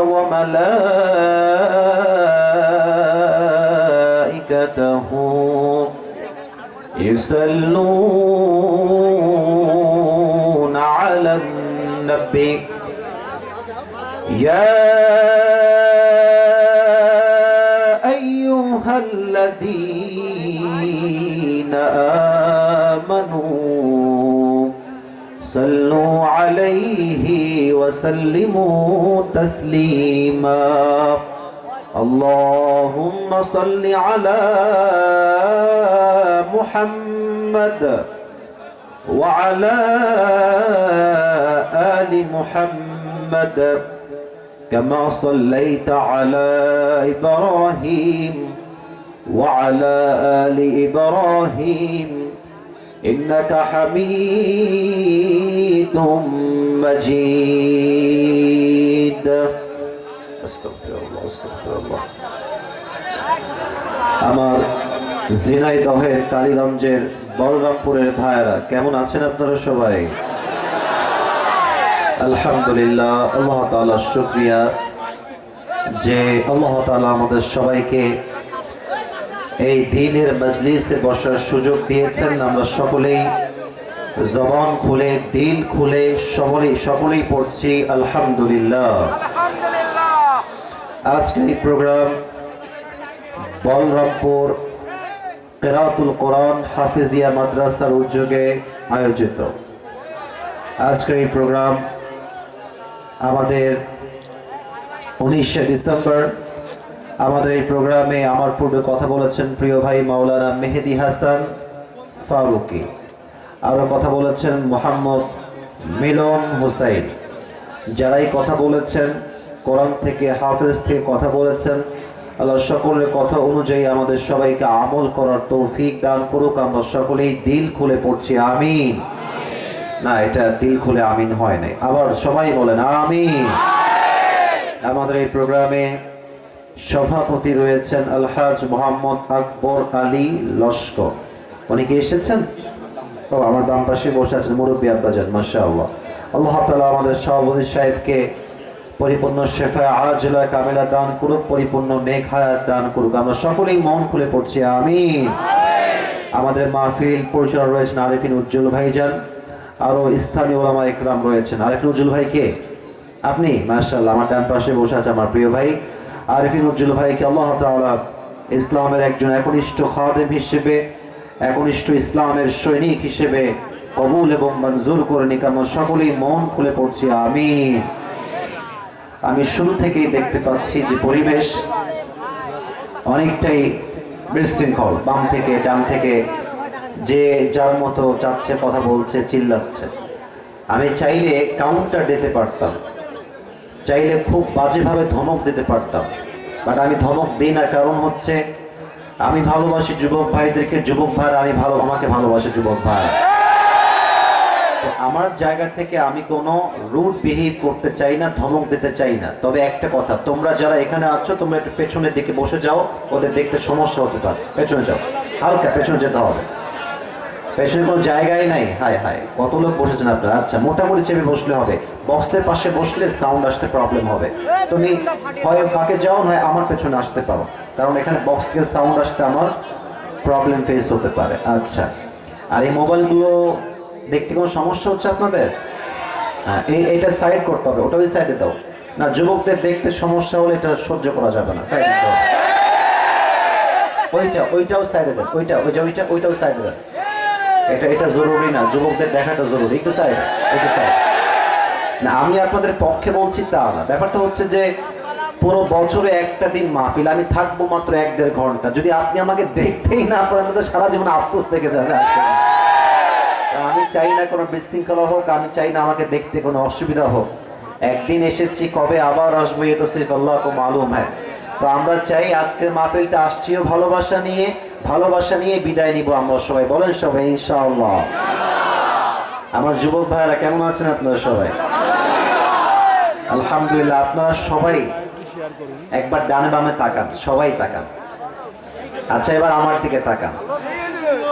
আমি যা বুঝতে পারতেছি আজকের মাহফিলের সিচুয়েশন, আমার যে অবজারভেশন, আমার যে পর্যবেক্ষণ আমাকে বলছে যে আজকের মাহফিলে যত অডিয়েন্স এসেছে, if I am not making any mistake, যদি আমার কোনো ভুল না হয় 90 ভাগ নয় 95% যুবক ভাইরা আজকে মাহফিলে মাশাআল্লাহ। ইসলামের বিজয় যে সুনিশ্চিত, ইসলামের বিজয়কে রুখে দেওয়ার সাধ্য যে কারো নাই, আজকে ঝিনাইদহের মাটিতে যুবক ভাইরা তার চাক্ষুষ প্রমাণ। যুবক ভাই, আমরা আগে যখনই কোনো হক কথা বলতাম আমাদেরকে ট্যাগ দেওয়া হতো রাজাকার, জঙ্গিবাদ, মৌলবাদ।